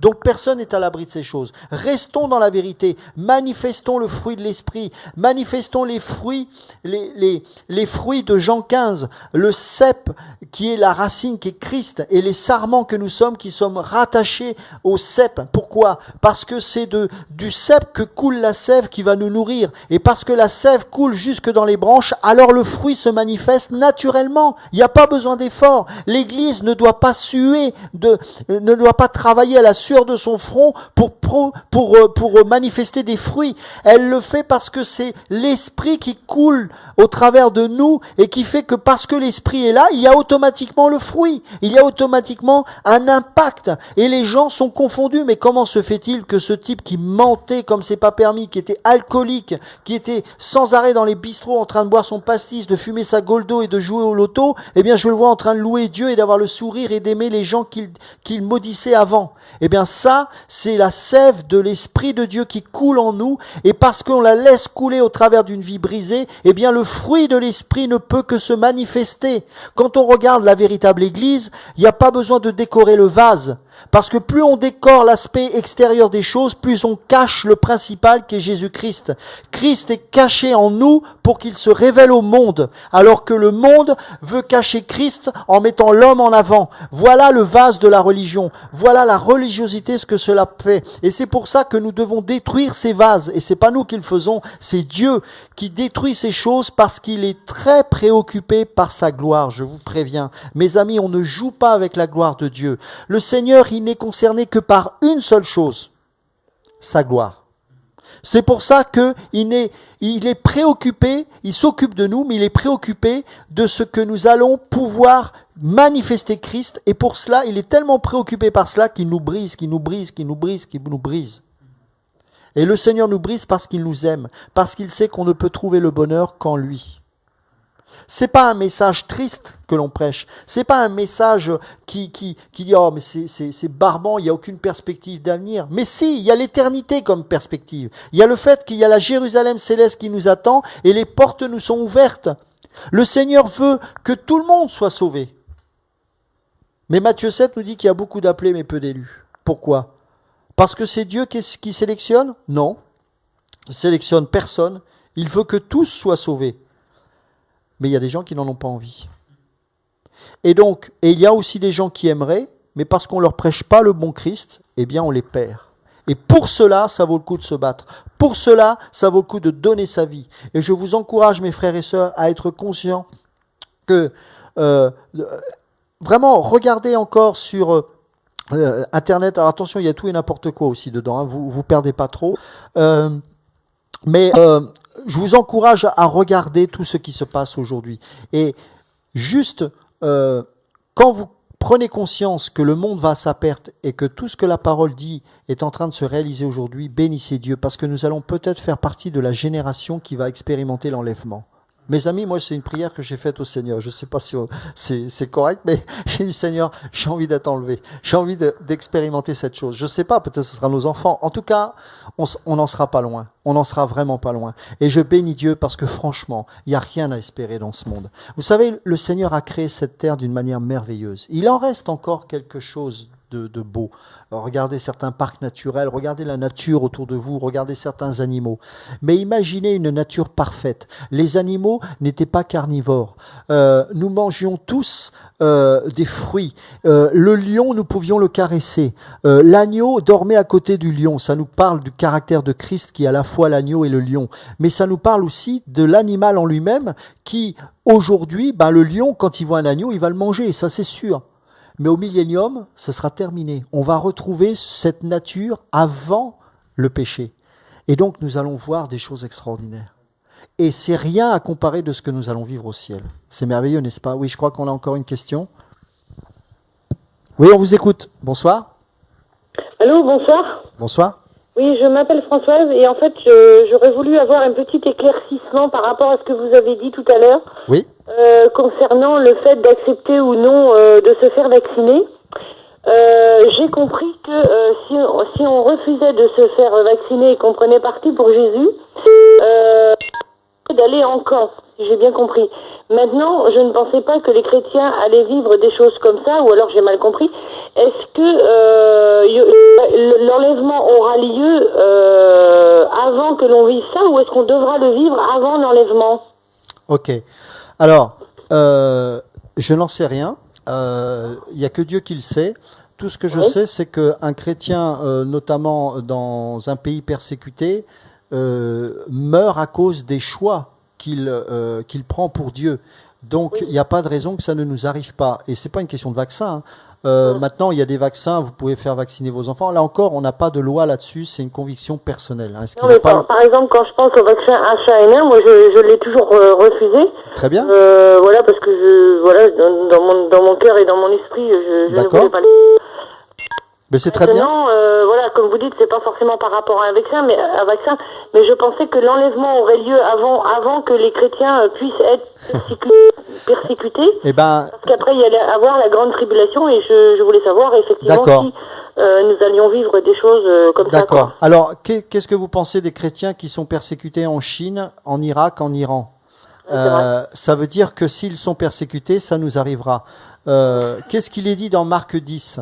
Dans Marc 10, Dieu nous a fait une merveilleuse promesse, que celui qui a quitté père et mère pour lui, eh bien, il recevra au centuple des maisons, des frères, des sœurs, avec des persécutions. C'est ça.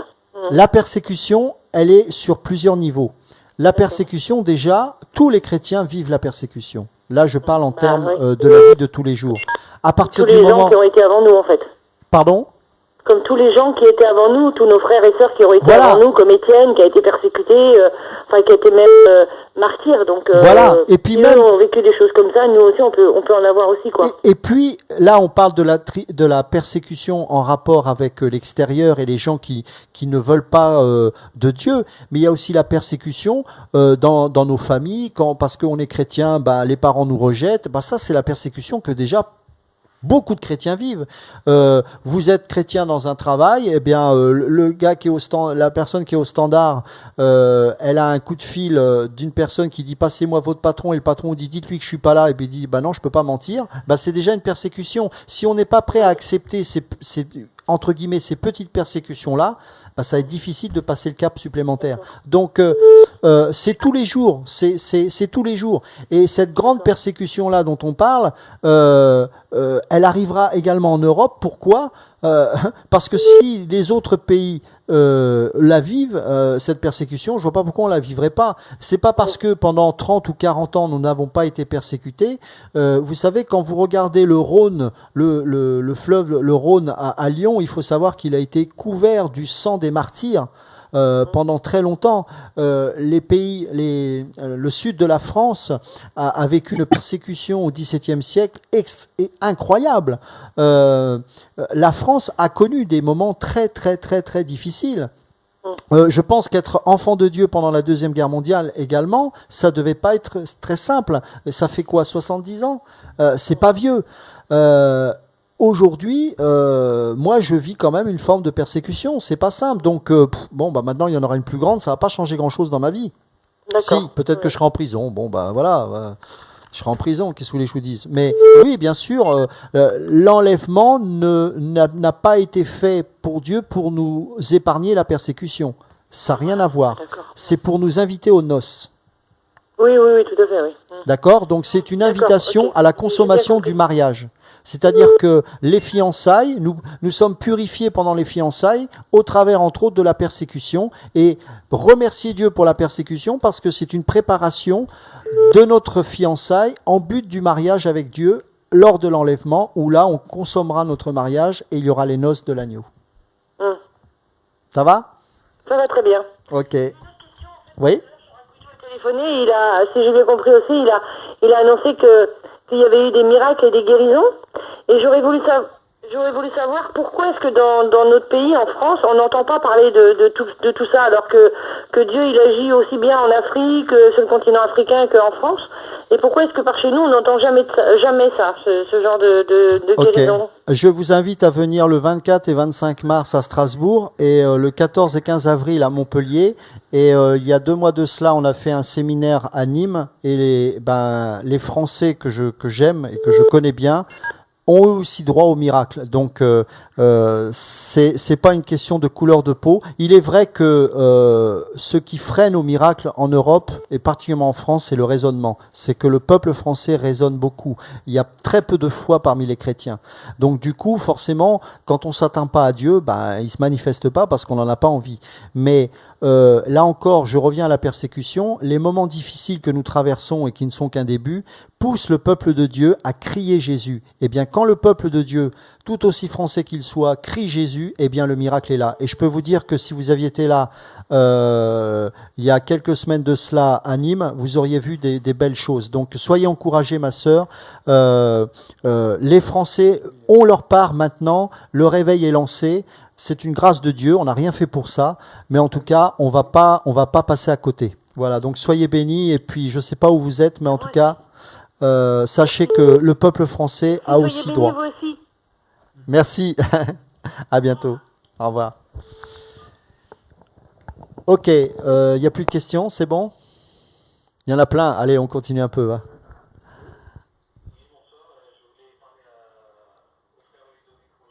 Oui, je vous écoute. Bonsoir. Oui, bonsoir frère.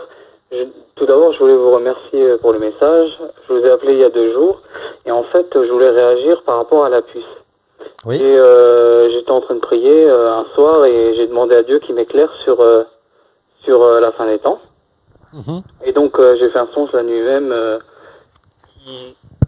qui m'a en quelque sorte montré que la puce sera obligatoire donc en France et en Europe. Et donc, en fait, je voulais savoir si nous, en tant que chrétiens, nous serons enlevés avant ou après l'imposition de la puce. Ok, on sera enlevé avant. Le signe, la marque de la bête, c'est pendant la grande tribulation. D'accord? Donc, on sera enlevé avant. Et de toute manière, avant même que cette puce soit imposée, déjà, il y a beaucoup de choses que nous devons apprendre à refuser. Mais cette marque-là sera imposée pendant la grande tribulation, puisqu'il est dit qu'on ne pourra plus acheter ni vendre quoi que ce soit sans cette marque-là. Et il est dit que ceux qui refuseront seront grandement persécutés. Et bien sûr, pendant la grande tribulation, il y aura encore des conversions, il y aura encore des gens, et pas que les 144 000 de la tribu d'Israël, il y aura aussi des gens qui se rappelleront peut-être de notre témoignage, qui sait, et qui prendront position. Maintenant, encore une fois, il y a beaucoup de choses qui se mettent en place déjà de notre vivant et il faut apprendre à dire non dans certains domaines. Je prends pour exemple, alors je ne sais pas si vous avez des enfants, mais c'est vrai que moi ça me concerne, les livres de lecture que nous impose l'éducation nationale et qui sont bourrés de sorcellerie. Eh ben, aujourd'hui, c'est vrai qu'il faut prendre position, c'est pas facile parce que ça veut dire que nos enfants peuvent souffrir de cela. Donc voilà. Ça répond ? Oui. Ok. Il y a d'autres questions? Merci. Ok, bonsoir. Et Dieu éternel vous bénisse. Merci beaucoup. À bientôt. Au revoir. Il y a beaucoup de questions. Hein. Ok. On va en prendre tant qu'on peut. C'est bon? Ok. Bon, je vois qu'il y a beaucoup il y a une grande soif par rapport à ces choses. Non, c'est vrai qu'on vit un moment particulier. Donc, je veux qu'on reste quand même sur cette vision de l'Église. Les portes des séjours des morts ne prévaudront point contre elle. Nous avons reçu les clés du royaume et manifestons le fruit de l'Esprit. Laissons Christ se manifester au travers de nos vies. Et vous verrez que nous allons être émerveillés de voir ce que Dieu fait. Je vous assure, ça fait longtemps que je prie pour la France. C'est la première fois, vraiment, c'est la première fois que je vois un réveil de cette ampleur. Évidemment, on n'en est qu'au début, mais vraiment on le voit. Je crois que Yann, Benoît peuvent en témoigner, mais nous bénissons Dieu. À Ivry, on a eu des séminaires, c'était incroyable. Il y avait une foule incroyable. Des Français de souche étaient présents également, et c'est que le début. Oui, je crois qu'on a encore une question. C'est bon, ok. Bon, on va s'arrêter là. Demain, on va parler, on va finir par Dieu. Je crois qu'il faut toujours finir par le Seigneur, parce qu'on a parlé de beaucoup de choses. Alors j'ai essayé toujours de ramener vers Christ, parce que c'est des sujets un petit peu délicats, mais on va finir par parler de l'Église. Qu'est-ce que la véritable Église? Puisqu'on a parlé beaucoup de la Babylone politique, on parlera de la Babylone religieuse, en finissant par la véritable Église. Mais je crois qu'il faut vraiment aller en détail sur ce qu'est la Babylone religieuse, parce qu'elle a une grande part et un grand rôle dans ce nouvel ordre mondial. Rappelez-vous dans tout ce qu'on a pu dire tous ces jours-là, toutes ces soirées-là, c'est qu'à chaque fois il y a une ville, à chaque fois il y a un gouvernement, et à chaque fois il y a une religion. Donc la religion telle qu'on la considère aujourd'hui, c'est pas une dénomination, c'est un faux messie qui va répondre à toutes les attentes de toutes les religions du monde. C'est quand même incroyable. Et nous en sommes pas loin aujourd'hui, c'est-à-dire que on peut attendre dans la religion New Age le Maitreya, on peut attendre chez les musulmans le Mahdi, je crois que les bouddhistes ont même un espèce de messie également, je ne sais plus comment il s'appelle. Les chrétiens ont le messie. Oui, on a encore une question. Alors une dernière. Oui, bonsoir, on vous écoute. Allô. Oui, bonsoir. Oui, c'est Paul de Lille. Oui, bonsoir Paul, comment vas-tu? Ouais, frère, oui, je bénis le Seigneur de ce que j'ai entendu ce soir encore, et d'hier et d'avant-hier. C'est vraiment merveilleux les mots qui viennent dans ta bouche, frère. Merci. La connaissance à laquelle tu nous fais partager. Et je voulais simplement une petite parole de réconfort, surtout surtout pour la sœur qui vient de téléphoner il y a 5 minutes en ce qui concerne. Elle disait qu'il y avait beaucoup de miracles en France. Moi, j'en suis un miracle. Je peux témoigner ici, je suis un miracle. Amen. Miraculé, j'ai vu la mort, le Seigneur m'a tiré de la boue. Alors je peux affirmer que Dieu est vivant. Que Dieu est vivant. Et en tant qu'ancien franc-maçon, justement, je sais que Dieu est vivant. Et tout ce que tu as dit, frère, tout ce que le Seigneur t'a mis dans la bouche pour prévenir les frères et sœurs, le monde entier qui t'écoute, ce n'est que la vérité que tu as énoncée là. Ce n'est que la vérité. Effectivement, nous sommes tous manipulés. Et nous avons justement la grâce de connaître Jésus. Et justement par cette grâce qu'il faut toujours avoir les yeux fixés sur la croix. Et je pense qu'il ne faut surtout pas craindre du futur, parce que nous avons Jésus dans notre cœur. Amen. Nous avons ce bâton, nous avons cette force, nous avons cette puissance. Nous pouvons traverser les murs, les montagnes avec Jésus. Nous pouvons tout faire comme il est marqué dans sa parole. Ne perdons justement pas confiance, au contraire. Réveillons-nous, mais surtout, pour que cette foi et que cette nourriture reste en nous, il faut sans cesse prier, sans cesse communion avec Dieu. Arrêtons de faire un petit peu de la religion, arrêtons un peu de faire de la fraternité entre frères et sœurs.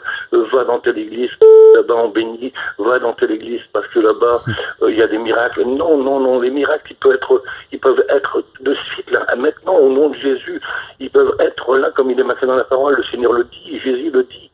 Amen. Ce que vous demanderez au Père en mon nom, il vous l'accordera. Surtout ne pas perdre espoir.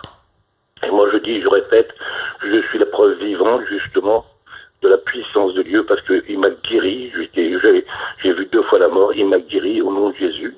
Je suis guéri et maintenant je suis plein de feu et je crie sans cesse le nom de Jésus, que ça plaise ou pas. Effectivement, on va être persécuté, on sera persécuté, parce que plus on est persécuté, plus on sera dans la vérité. Et plus on est dans la vérité, plus on mérite des couronnes. Alors ne baissons pas les bras, au contraire, nous arrivons au but. Surtout ne baissons pas les bras.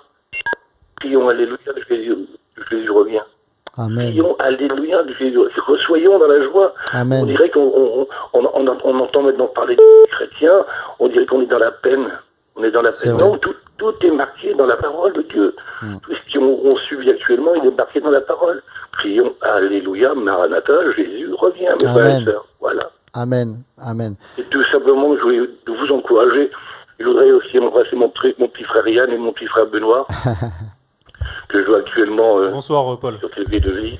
Et puis surtout mon frère Jacques aussi du Canada, parce que c'est avec les enseignements, grâce à lui, parce que de temps en temps, on n'a pas toujours les enseignements qu'il faut au bon moment, quoi. Donc, et lui a la gentillesse de nous les envoyer. Et je bénis franchement, vraiment de tout mon cœur, ce que tu as donné dans le cœur aussi à Shora là-bas, à Kinshasa. Et je sais que le réveil, le Seigneur à cœur, nous met tous à cœur, les frères, nous met à cœur ces appels. Je reviens, soyez prêts, je reviens, soyez prêts. C'est dans le calme et la confiance que sera notre force. C'est dans le calme et la confiance que sera notre force. Alors soyons forts par la prière, par la communion fraternelle. La communion fraternelle. La communion fraternelle n'est pas de se voir le dimanche, dire t'as une belle robe, t'as une belle voiture.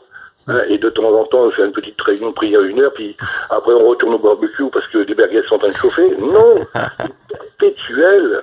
On doit avoir le Seigneur dans le cœur. On doit être centré uniquement sur le Seigneur. Avoir le cœur au Seigneur, c'est notre Père céleste. Amen. Amen. Que Dieu vous garde. Que Dieu vous garde. Merci, et Paul. J'espère qu'on va se revoir bientôt. Très bientôt. Amen. Amen. Sois encouragé, Paul. On va très fort au nom de Jésus. Amen. Je vous embrasse très fort au nom de Jésus. Béni, Paul. Je vous aime tous, mes frères et sœurs. Nous, on vous aime aussi. On t'aime aussi. Amen. Eh ben, je crois qu'on va s'arrêter sur cette belle parole. Hein, parce que je sais qu'il y a plein de messages, de questions, pardon, mais on pourra, vous pourrez reposer vos questions demain soir. On a encore une soirée. Et puis, je crois qu'on va... Bon, allez, une dernière. Allez, une dernière. Allez, parlez. Après, il n'y en a plus. Hein. On vous écoute. Bonsoir. Oui, bonsoir. Oui, bonsoir. Bonsoir. Oui, en fait, c'est par rapport à la sœur qui a appelé tout à l'heure, disant qu'il y avait plus de miracles en Afrique qu'en France. Oui.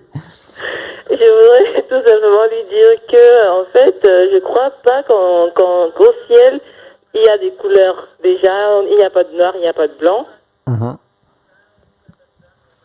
Oui. Que nous formons tous le corps, en fait, le corps du Christ, quoi. Donc, je crois qu'il n'y a pas vraiment une distinction. Dieu ne peut pas choisir d'accomplir des miracles dans un pays ou dans un continent au détriment d'un autre. Non, tout à fait. Tout à fait. Non, en fait, je comprends la sœur qui... bon, Paul est clair, hein, il n'y a plus ni juif, ni grec, ni blanc, ni noir, ni rouge, ni vert, ni jaune. On est bien d'accord. Simplement, c'est vrai que chaque pays a une particularité. Paul dit Crétois menteur comme un Crétois. Donc les habitants de Crète avaient cette particularité, c'était de mentir. Bon, la particularité de la France, c'est que ça résonne. Il n'y a pas que ce pays-là, hein, mais voilà. Donc je pense que c'était dans ce sens-là, mais on est bien d'accord. D'ailleurs, la France elle-même n'est pas composée de comment on appelle ça, de français de souche, j'aime pas ce mot, mais déjà, français de souche, qu'est-ce que ça veut dire? Il y a des Français d'origine italienne, espagnole, donc portugaise, etc. Donc la France aujourd'hui, elle est multiraciale, multicouleur, mais il y a une particularité. Hein, il y a une caractéristique et il est important de connaître l'histoire du pays pour prier avec précision et pour combattre justement cet esprit de raisonnement. Voilà, en tout cas, soyez bénis. On arrête là cette fois. Et puis, je remercie pour cette parole de Paul ça fait une belle conclusion. Et c'est vrai que soyons joyeux, c'est la joie. Parce que moi, sincèrement, hein, depuis que j'étudie ce message-là, mon cœur est dans la joie parce que j'ai jamais senti Dieu aussi présent et aussi prêt sur le point de revenir, quoi. Et ça, c'est vraiment une joie. En tout cas, merci Benoît, merci Yann. Continuons le combat et puis je vous donne rendez-vous demain soir et on parlera de l'Église et de Christ. Soyez bénis et passez une bonne nuit dans les bras de notre Yeshua Mashiach. Amen.